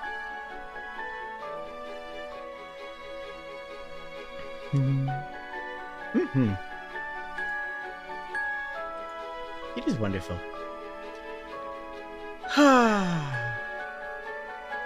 Metroid Dread was one of the best games I've ever played. I should replay it. It was fun. I liked it. I loved Metroid Dread so much. And it was a perfect game for stream, and it came out exactly at the right time. Right when Wandersong was finishing up. Right when Prey was... It's Dread, and it was right at the same time that Prey was around. Which was another good horror game that I was playing at the same time, but this was not actually a horror game, but it has some spooky moments in it, and waiting for a good October game. It came out right when I needed it to come out, and I was so happy when it did. I loved it. I loved it, I loved it, I loved it, I loved it, I loved it. And honestly, that's a playlist that I would recommend.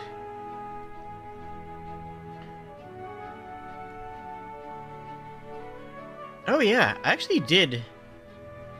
So you guys have seen the couple of videos labeled Unfocused Thoughts, right? Fun fact, I did my first Unfocused Thoughts style video all the way back in 2021, talking about can we teach environmentalism in video games. This was back when Mr. Beast was doing the Team C's sort of thing, and everyone was doing Team C's tagged videos on YouTube.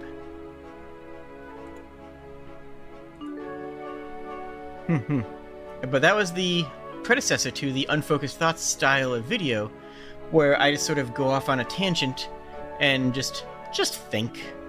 Just think for a while.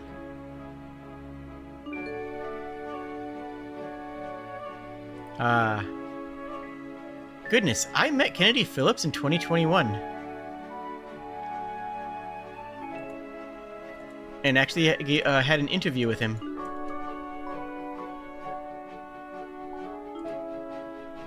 This was a long time ago. I'm still good friends with Kennedy. He's a fantastic guy. And we do Dungeons & Dragons every other week. That's the game that comes out on Fridays. The New World campaign. Yeah. Go watch the New World campaign. That is a delight. That D&D game just has been incredible. Now, you'd think I would have learned my lesson from Scarlet Nexus, right? You'd think that I would have learned my lesson, yeah? And not, played games that I didn't want to play? Buddy, you were wrong. It would be wrong. Because I had a donation incentive on my Ko-fi for a long time that said if you donate a game to me and give me an extra, I think it was $20 plus the game itself, I would play it.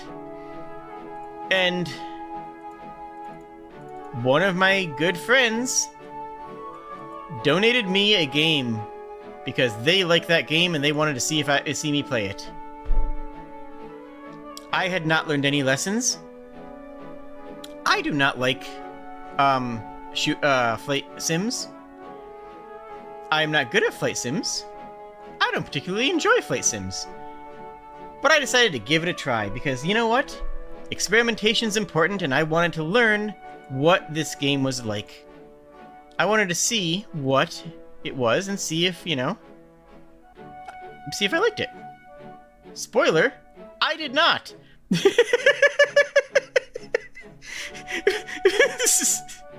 Spoiler, it went horribly. Oh my goodness, I hated every moment of that game. And I wasn't even quiet about it.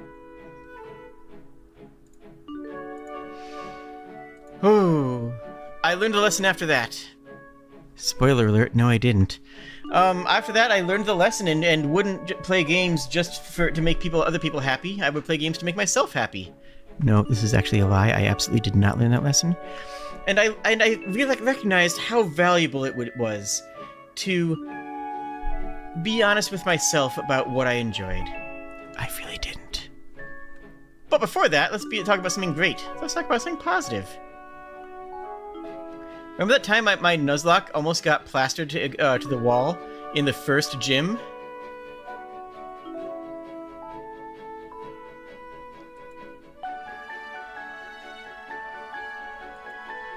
Yeah, it was not even close.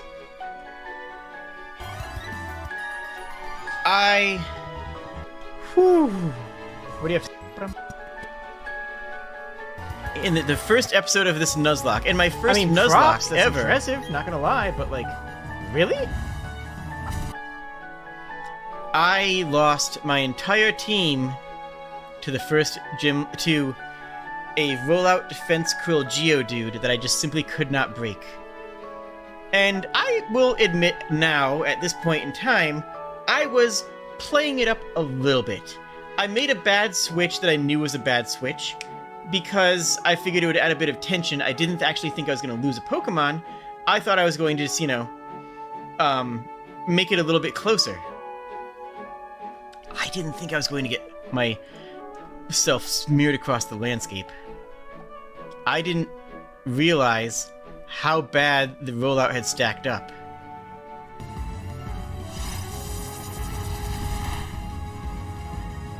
And Jude fainted.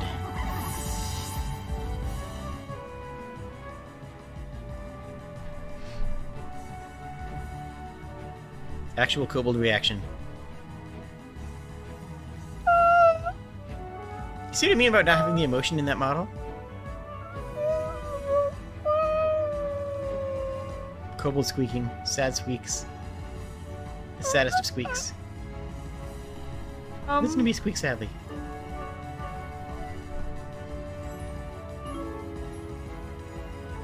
Oh, it's absolutely a skill issue. Okay.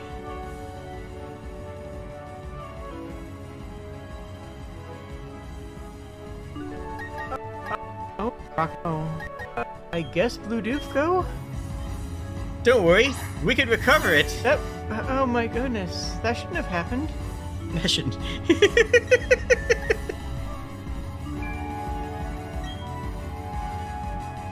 Go ahead and bite him. Good job. A crit. That was a crit. Good That job. was a crit! Mm-hmm. Jade, you got wrecked.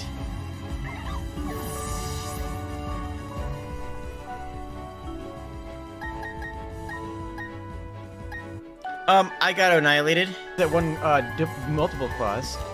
So I can pretend that this doesn't happen. But it wasn't actually the end of the Nuzlocke because there was one hope.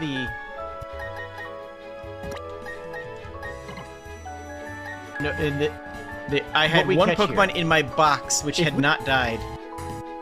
thing. And I took that Pokemon, went to the only zone where I hadn't caught a wild Pokemon yet. Well, I do already have a Geodude, so technically I can use that one, multiple claws. That was one of the... You know what? I think we're still in this. We're starting over. We're starting over, And but we we're still found a in Machop, this. and we named it Hope because that was the only hope for the run. Because we had hope. I will probably keep this one. This one is going to be available to members, but man, spoiler alert: we had hope in that run. We had hope. Oh no, the consequences of my actions.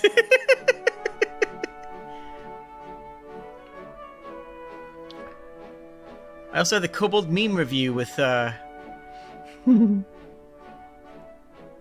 with Luna, which is actually one of my most viewed streams, and honestly, I should do more of them. I like doing meme reviews. I did a couple of meme reviews, and I don't know why I don't do more, but part of me would like to just make the Click style meme review, you know? Make that a thing. There's no particular reason why I didn't do that. And I kind of regret not doing it. Yeah, I don't know.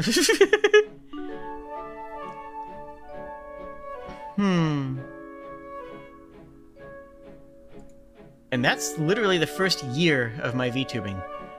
How much I learned, how much I grew, how much I discovered about myself and about my community and about what it meant for me to make content.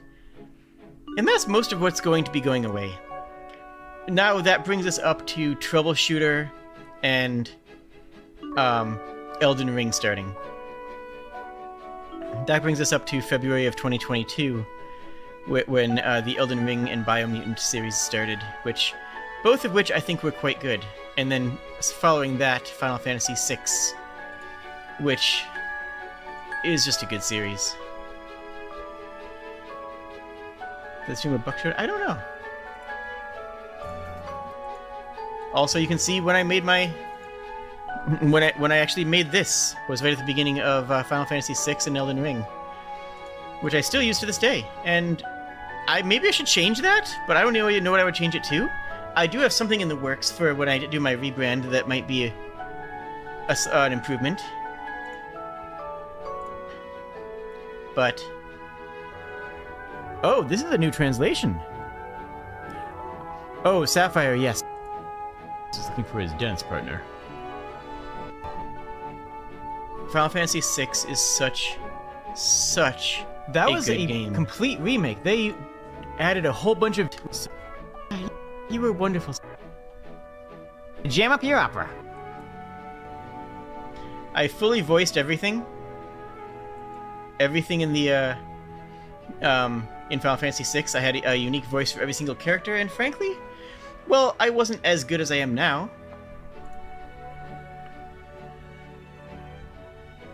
And you can certainly hear my mic has improved from the first one I had. Oh, he's down again. But yeah, I enjoyed it.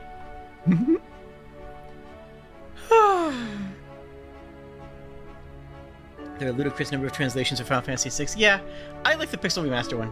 I think Pixel Remaster is the best way to play Final Fantasy VI. I really do. It's a good game. Yeah, Pixel Remaster is just a really good way of playing it. Very cozy. Can I sing you a lullaby? I'm not much for singing. Never have been.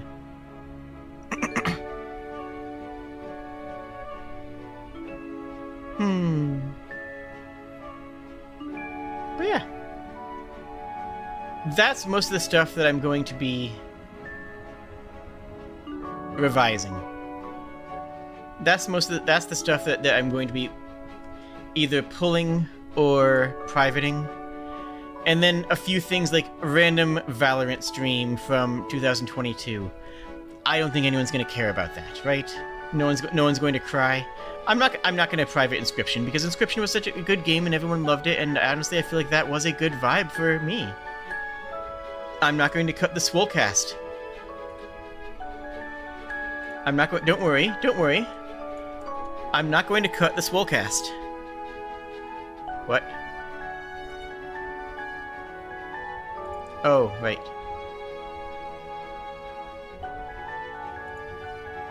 This button.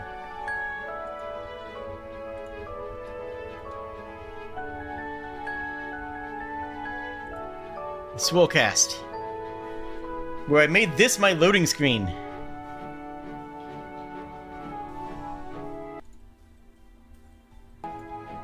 I made this my loading screen, and all right, come at me. This my come overlay. at me.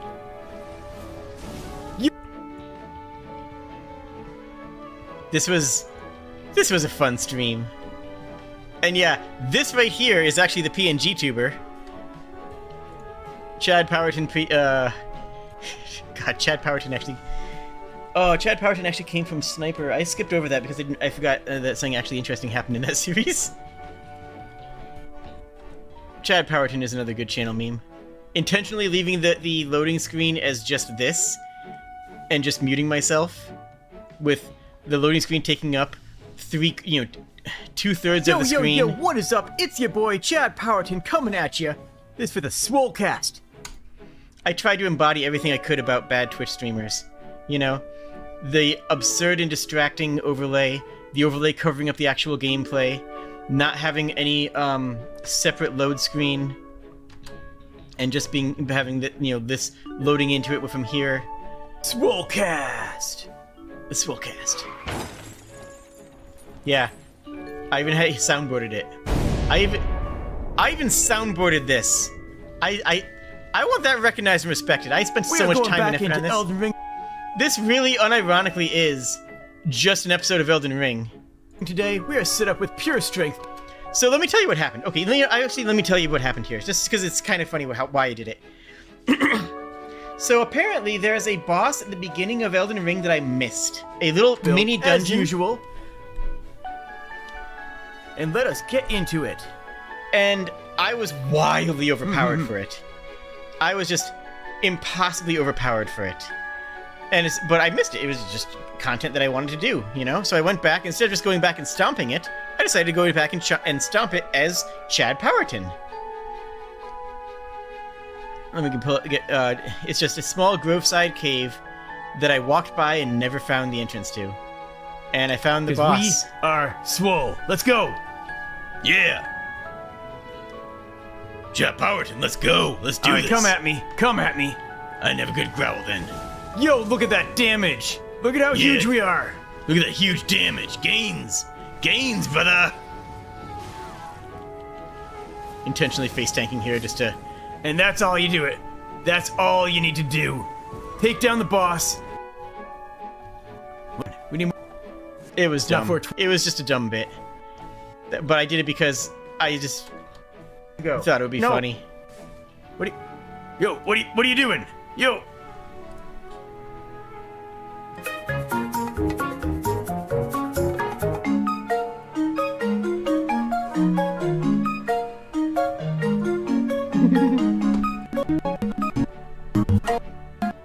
And then I just went to this screen and loaded up the actual gameplay. It was a good dumb bit. It really was. It was absolutely foolish, but you also notice this is when I started doing the picture-in-picture style of VTuber, which I still maintain to this day, and I still maintain is the good way of doing it. Ah. Did Chrono Trigger, which was decent. It's no Final Fantasy VI, but it's decent. I did Cult of the Lamb because everyone was doing it. I did Breath of Fire, and I don't know, I kind of want to do another Breath of Fire 2, that is. But, like... I don't think... I don't know, would that be good? Would people care? Unironically, would people care for following up with the old Breath of Fire for, like, Breath of Fire 2 for Super Nintendo?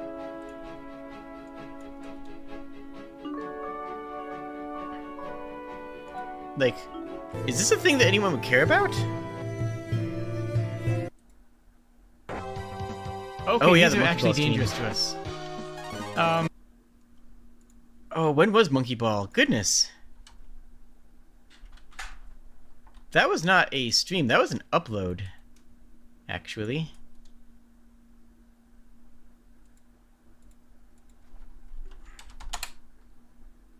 That was... Okay, yeah, I just missed that because it was in the uploads, in the videos as opposed to... Breath of Fire 2 translation patch has a run button. I might ask you to hit me up with that information. Ah, yes. The first music I had commissioned for the channel. Babando.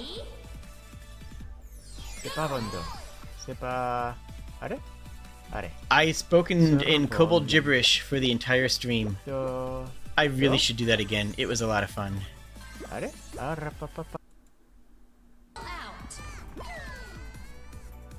The trick with good gibberish... I can do a lot better now if I did this. The trick with good gibberish... is that... you actually need to be thinking about what you're saying. You can't actually... You can't actually be talking in just nonsense. You need to be thinking about actual sentences and inflections and structures, and then not using words behind it. Yeah, the trick is to make it sound like a coherent thought.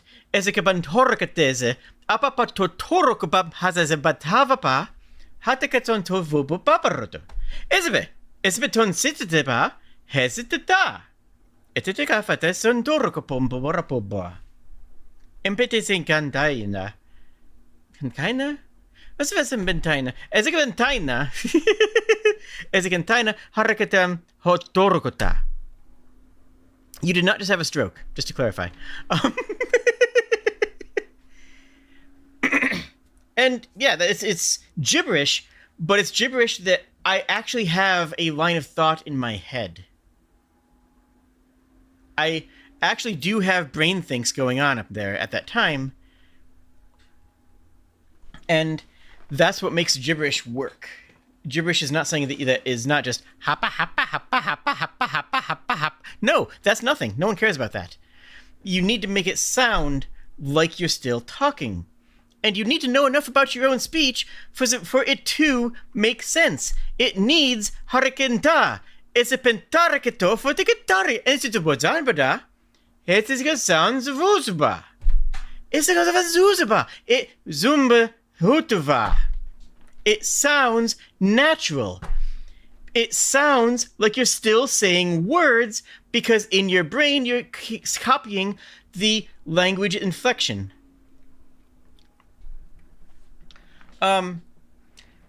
This is a Ren Fair thing. This comes from Ren. Yeah, it's draconic, right? But it's a Ren Fair thing. There's a lot of Ren Fair actors who do similar things. Mooney, the Tory Stellar. Mooney can say entire sentences with whistles, and you will understand every single word of it. It's amazing. He's an incredible actor. And good gibberish is hard to do. But it is rewarding, actually. It's fun. It's fun and rewarding, and I should do another gibberish stream. I think I could do a good one. I think I could have some good fun with it. I figured Monkey Ball is a good fit because it's a very silly game. Good gibberish still needs to have sentence flow. Exactly. And inflection flow, and you need to have good pitch changes and tonalities. If you can sell Sepantareketa, Sepetan Horokata, Sepantareketa, Harekata, Harakatozapa. If you can sell the inflection of what you're saying, then it'll sound reasonable. If you can think words, it'll sound reasonable. If you can actually be reasonable in how you are saying it, then you can make it work. And yes, one time someone asked me if I was speaking Italian. I do not know how they got that. I genuinely do not know how Harakampazato Rokapadnada Harakata. I don't know how they thought that, but like someone unironically came into my chat and thought I was speaking Italian. It was very weird. I do not know why. Dutchy speak? I do not know what Dutchy speak is. I haven't the slightest clue what that means. Tongues is incoherent by nature. Yeah. It's single words intertwined with normal speech. I like to go entirely gibberish, but again, it has to sound like it has a point. What was the language you had enjoyed having gibberish confused for the most? The Italian one was hilarious to me. It goes completely out of left field. Made no sense. It's like, why did you think that? I don't understand that. I genuinely don't. Dutch Angel Dragon? Okay. I don't know how they talk. I don't follow them.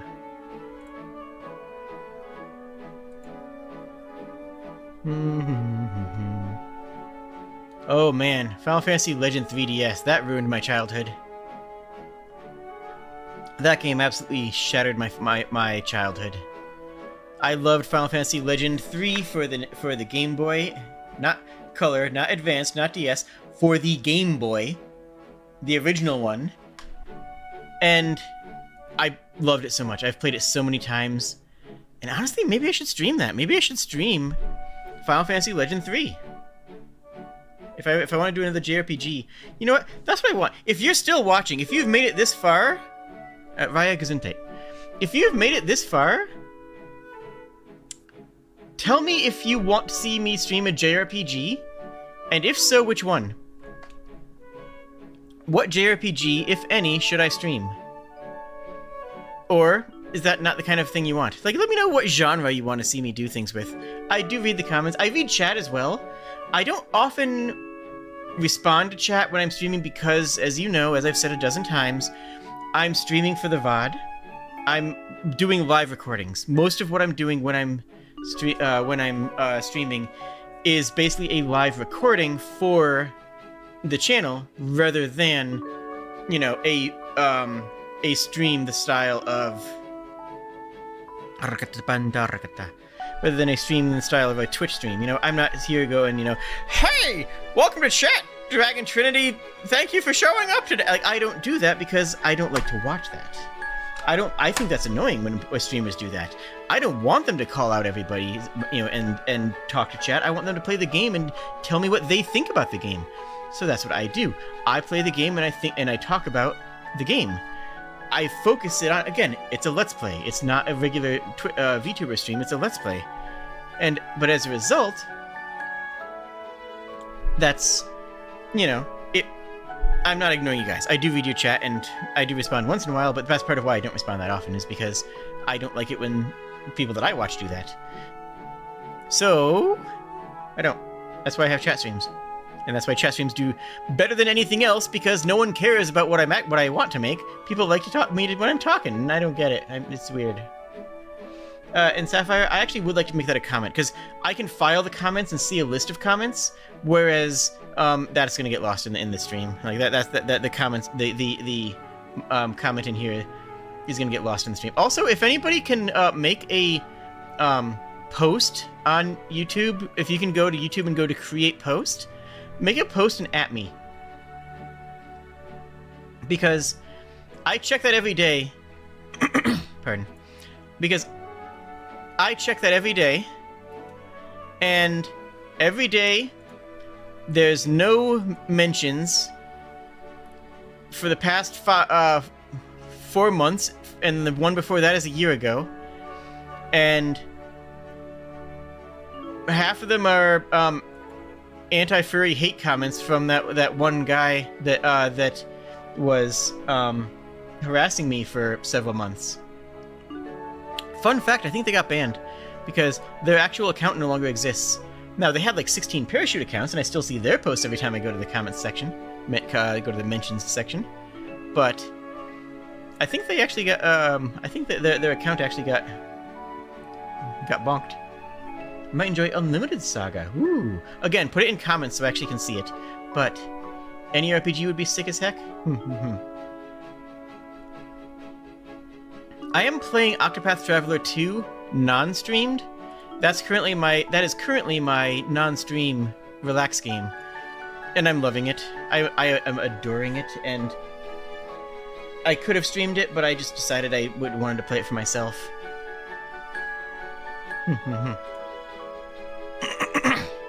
Pardon. I also play a lot of Backpack Hero on my own time. That's like my go-to. It's such a strange thing. Like, I love Kobold Core so much more than Backpack Hero, but I have 35 hours in Kobold Core, and I have 179 hours in Backpack Hero, and that alone should tell you what you need to know on that front, you know? Like, as far as, you know, good time sync games, it's an amazing game, and the mod situation makes it so much better. But it's strange because I genuinely enjoy almost every single aspect of Kobold Core more. Every single thing about the game, I enjoy Kobold Core more. The humor, the pixel art, the card design. I love it. But I'm not playing it for some reason. I'm playing Backpack Hero, and I don't know why. Genuinely don't know. I've platinumed both. Actually, wait, I have two. Never mind, I have not. I have. Oh, I didn't do the hardest difficulty run on Kobold Core. Okay, so I've not platinumed it, but I'm 2 away from platinuming it.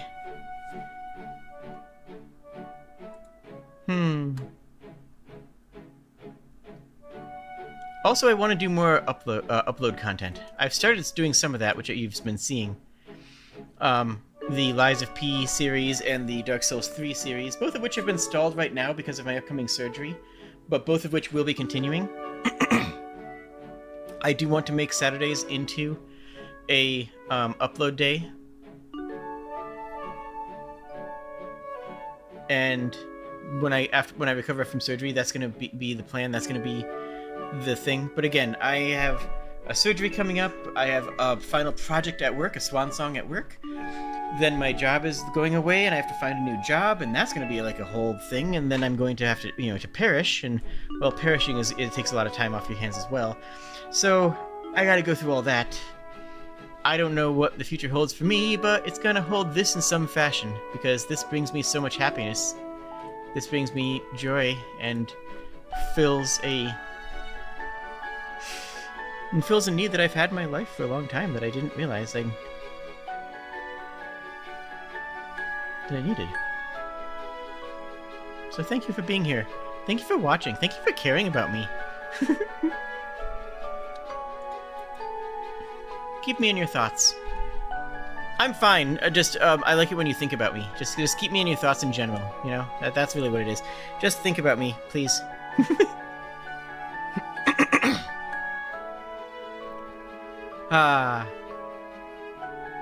So I learned my lesson about not playing games from people, right? Remember when I said that and we all giggled? Well, I got a game from a friend that was actually great and I loved. I actually got a phenomenal game that was bought for me with the request of playing it on stream that I was actually all in on. That's not the right link, Jade. That's the link to the there's the shareable link.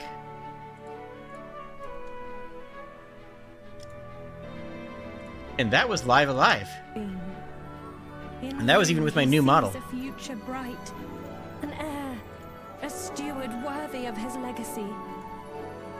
And this game was an absolute delight. I loved every moment of this. This is an example of that actually working out well. There's another bad one, though. I actually am starting to fail to remember what it was. I seem to have repressed it. But there was another game that I got that someone... Oh, that's right. It was Pyre, the other Supergiant game that they made. Someone who loved that got it for me, and I hated it. Just hated it. Just did not at all. Just completely did not enjoy one bit of it. Just everything about it was not for me. And now, to clarify, I don't think it's actually that bad of a game. It's just the opposite of what I enjoyed. And Splatoon. Yeah, Splatoon, which I have played a few times, and I would play again with you casually, but I'm not going to stream it again. Salmon was the only version that I enjoyed, Salmon Run. And even that was just kind of like, okay, I guess. I don't know. It's just not my kind of game. But you were warned on that front. You knew when you gave that to me that it wasn't my kind of game. I'll be right back. Hold on one sec.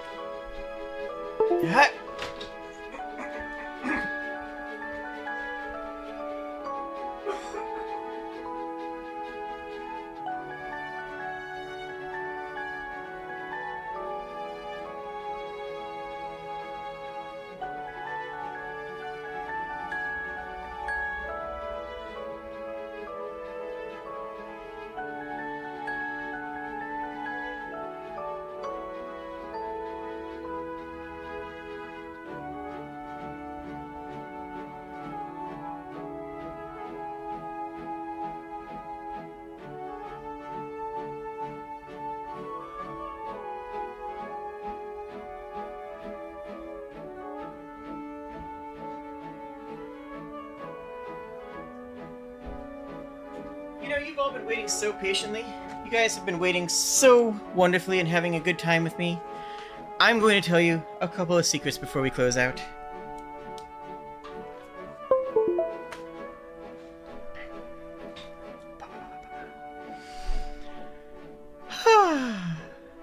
So, how many secrets do you want?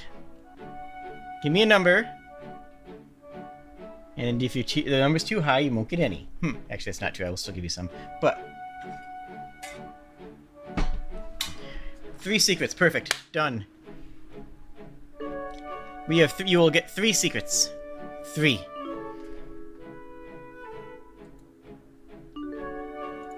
First secret is this.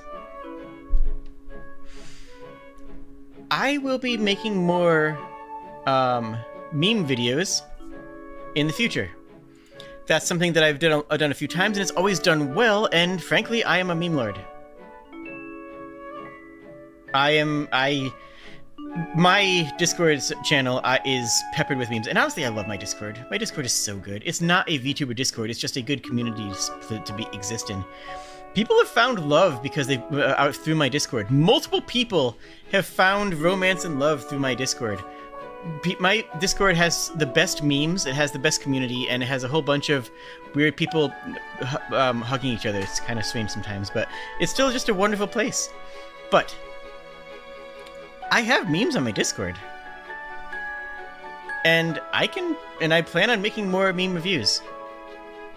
That's the first secret. It's not that much of a secret. You guys kind of could guess that. But that's just part of it. The second secret.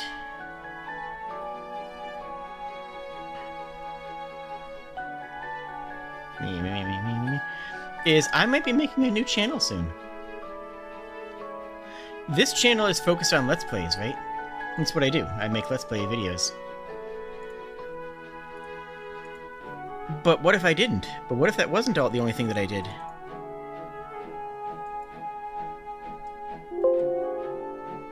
So, I don't want to do those on the same channel. That's actually a really bad idea. If you're going to do something like that, you don't want if it's going to be targeting a different audience, then you shouldn't be doing it on the same channel. Well, meme reviews and edited content should go on a new channel. Edited content? Well, the meme reviews. Well, video essays. Come on, you knew I would make video essays. You've kind of always known that in your heart, right? You kind of have always known that I would make some sort of H-Bomber guy 2-hour-long video essay. Don't be surprised. Well, if I have free time, and again, surgery, project, job, there's a lot going on in between, but yeah, once things settle down for me, I'm going to be starting to make some video essays and meme reviews again. And those are going to be going onto a new channel, which I have not made yet, which will be Kobold Industries Incorporated. Going off of some old jokes on that I've had. So, Jade the Kobold of Kobold Industries Incorporated will actually become an actual thing.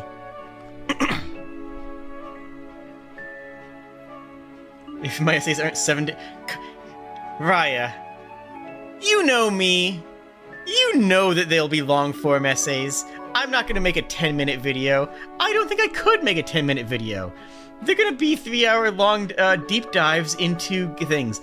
They're going to be 40-minute discussions about the physics in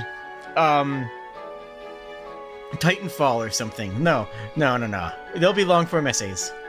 Thing is, that'll take a long time to make, and taking a long time to make is hard, and there's no guarantee that they'll get any traction on a new channel. So there's a lot of things that can potentially go wrong here. But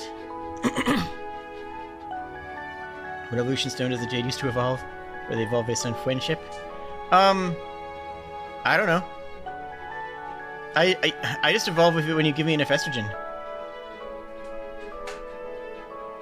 So then, one final secret. One final secret. You ready for this?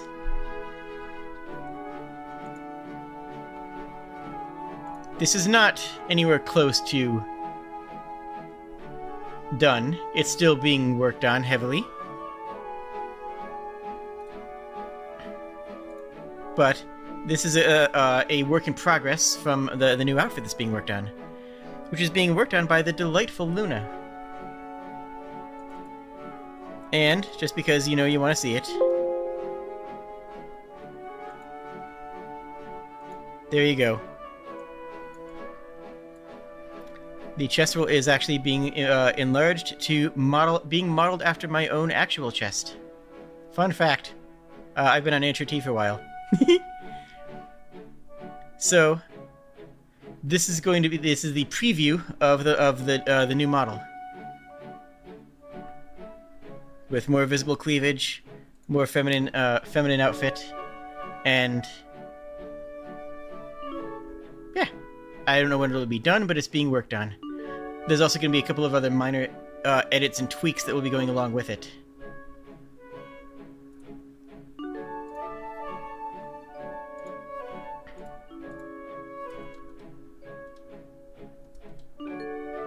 Maybe that back on.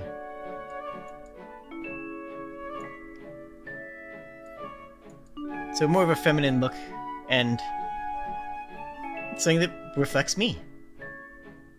Both me and my model will reflect more of my actual body. Which I think is kind of really cool, frankly. I love this outfit, don't get me wrong. This outfit is a delight, and I'll still have this to wear once in a while. But I've wanted new outfits for a hot minute. I just couldn't justify spending money on it. But now that I have this surgery and that I'm losing my job, I decided now's the time to spend money. I make good life choices.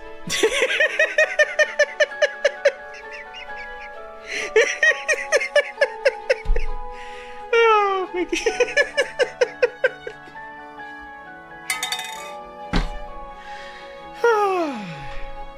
Anyways.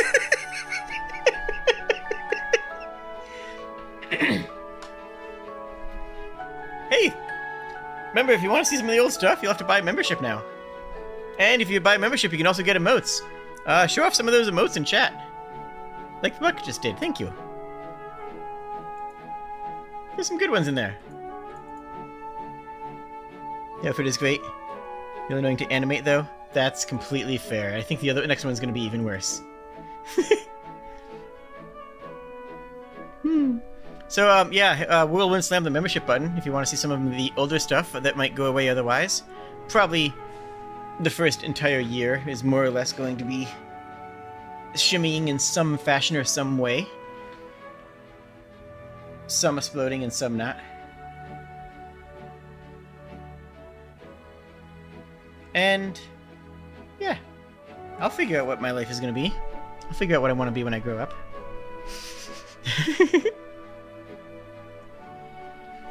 Also, not shown in this, because this is obviously just a real, quick...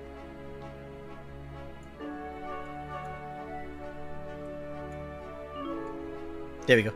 Okay, this is just a real, in production quick check thing. Is, there's gonna be a handful of other changes.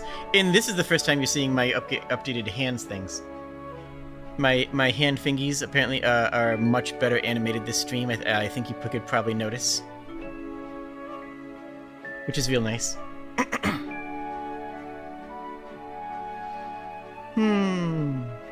Share another secret. Oh.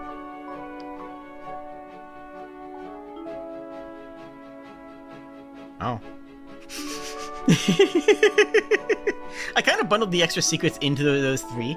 Like, I figured, like, the new model channel and, yeah. Kind of, I bundled a few secrets together in that. I look forward to the changes. Thank you. I hope that we all do. I hope that it goes well, and that we all have a good time.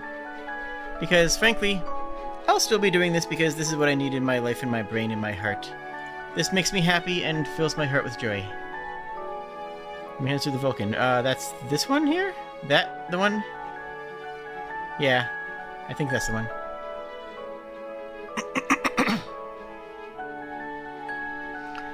Questions. Before we close out, I will ask if you have any questions. Any further questions, because there's already been some. Because, stuff and stuff and stuff.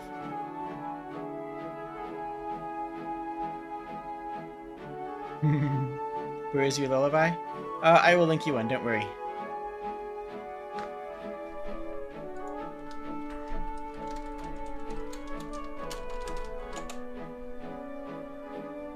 Here we go. I am sending you a lullaby right now.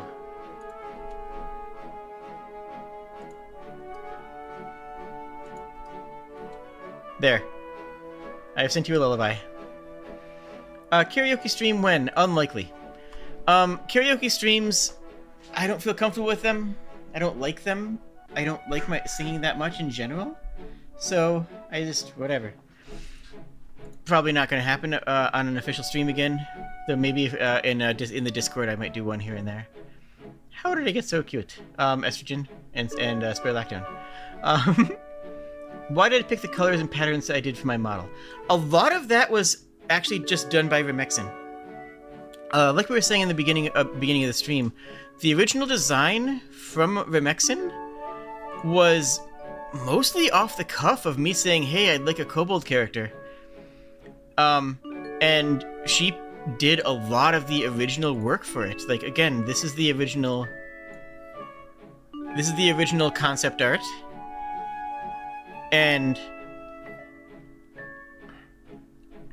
I took that, not stream tools, branding bits, and wanted, no, not branding bits, visual reference.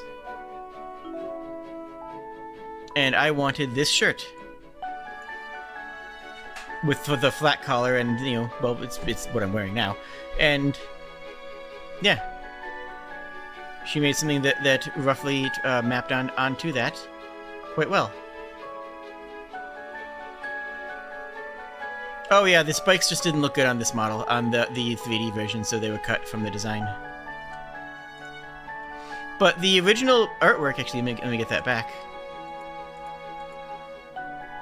But yeah, the original artwork and color palette, nowadays, like, it's more transgender colors on the model, and it will be, because I'm going to be lightening this up a little bit in for the next revision as well. So it'll be a little bit more trans colors, but like, the original artwork was actually just not me. This was just, you know, incidental, and then certain things about it became iconic. The horns, which are a little bit softer and more flexible, as opposed to the rigid the other Kobold horns, which are super rigid. The frills that are on the side, the 3 dots. This is all stuff that that Remexen did the original design for, and it was phenomenal. So, a lot of the key components of that were actually just sort of, you know, colors and patterns wise. I mean, I worked with Remexen, of course. It's not like I just, you know, launched it out of nothing. I was, you know, a part of the process, but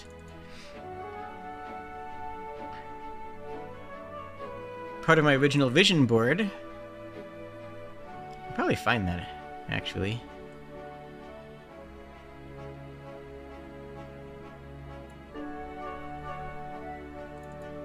Oh yeah, you wanted one more secret?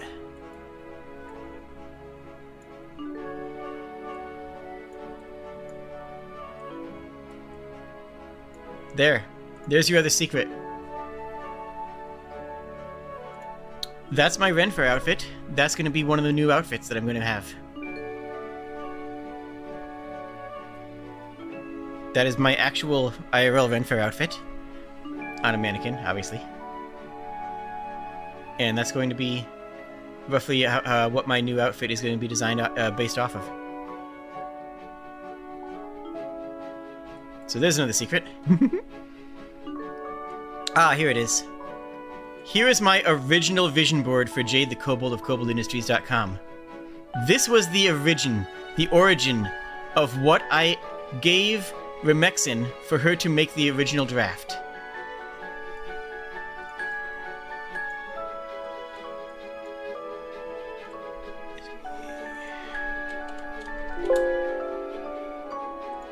Okay.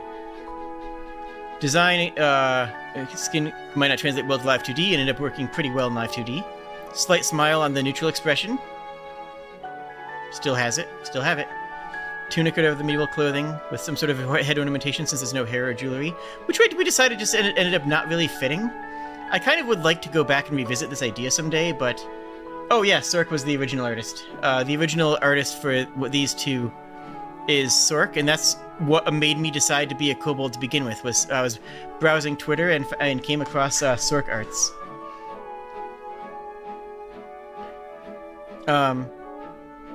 Yeah.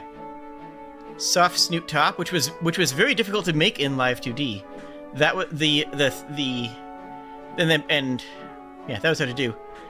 This Debbie from Niji Sanji is fantastic.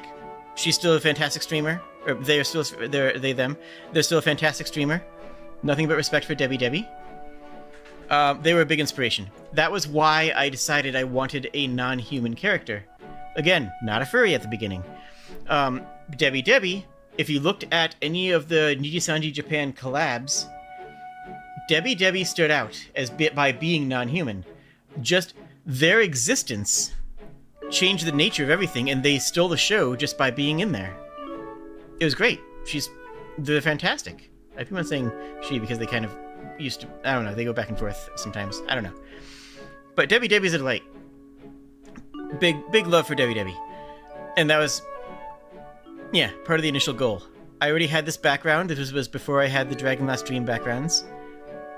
I didn't know if Live 2D could support the snoot movement. In the end, it could not. Well, it could, but Remexen didn't have the skill at the time to do it. I've seen the other works of Sork / Tamlin / that last one I think I used for a thumbnail recently. I think that came across my feed. But Sork has always been just someone who I've loved their works. I don't see a lot of their works, but every once in a while something of them comes up. And Tamlin, I don't actually follow them, but I've seen put some of their artwork in their How to Draw Kobold artwork is actually pinned in the Discord, I think. Yeah, the original goal was to be, more androgynous. Are you a boy or a girl? I'm Kobold. That was the original design hinge for that.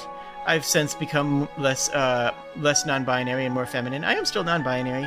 I do still have, this non-binary aspect of my existence that I respect and love. Yeah, I do.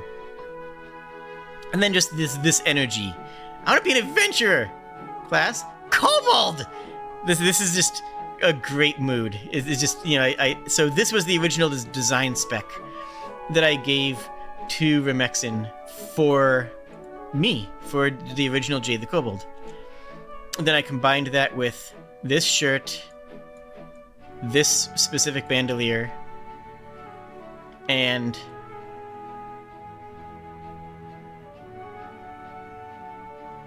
there's another picture, but whatever. Oh yeah, there's originally going to be a cloak as well, but that didn't really end up playing out terribly nicely.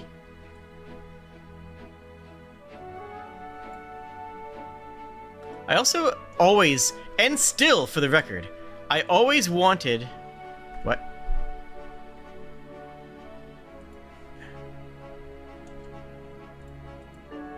He went away. Yeah, whatever. I always wanted a nictitating membrane. And I still do.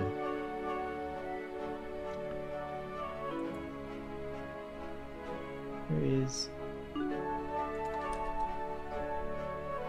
I always wanted my model to have a nictitating membrane.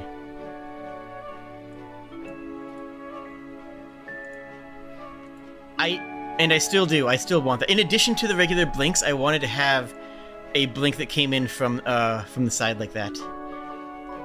Though I wanted both. I wanted the regular blink, which crocodiles can mostly do as well. But then I also wanted it to have... Maybe I came back.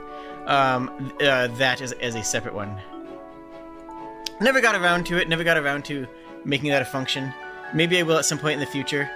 I think it looks super cool, and I think it would just be that right kind of... Not creepy, but weird sort of thing that I wanted it to have. But yeah, that's an alligator's. It's several lizards have nictitating membranes. It's underwater they function as goggles, and above water they function as a eyelid that doesn't break your line of sight to what you're looking at. They're really cool. I think that would just be that little bit of that's creepy, but fine.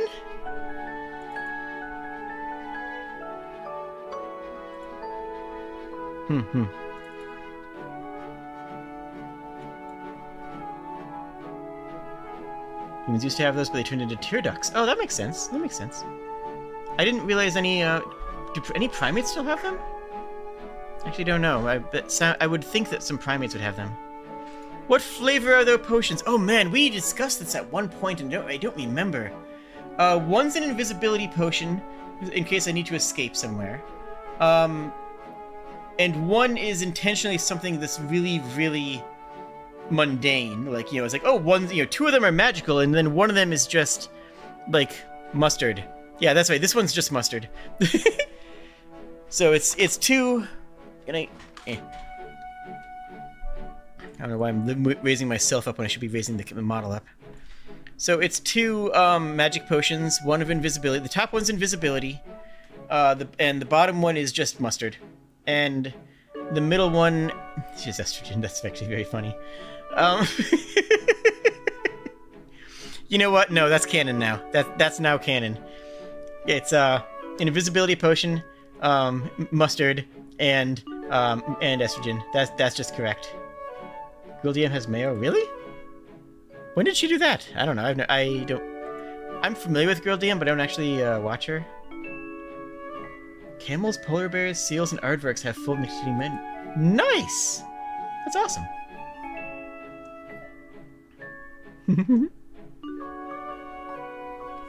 Alright then. We are going to head over to the Discord and watch some cartoons if anybody's interested. You are all wonderful and loved and appreciated. thank you for staying through this video and letting me talk through my process live on camera. Most of those videos, sometime over the next week or so, of the ones we discussed from the first year or so, will probably be manipulated in some way. So, look forward to that, I guess. Again, members will have access to all the good ones. Thank you so much, and I hope you have a wonderful evening. Good night, friends. And I love you.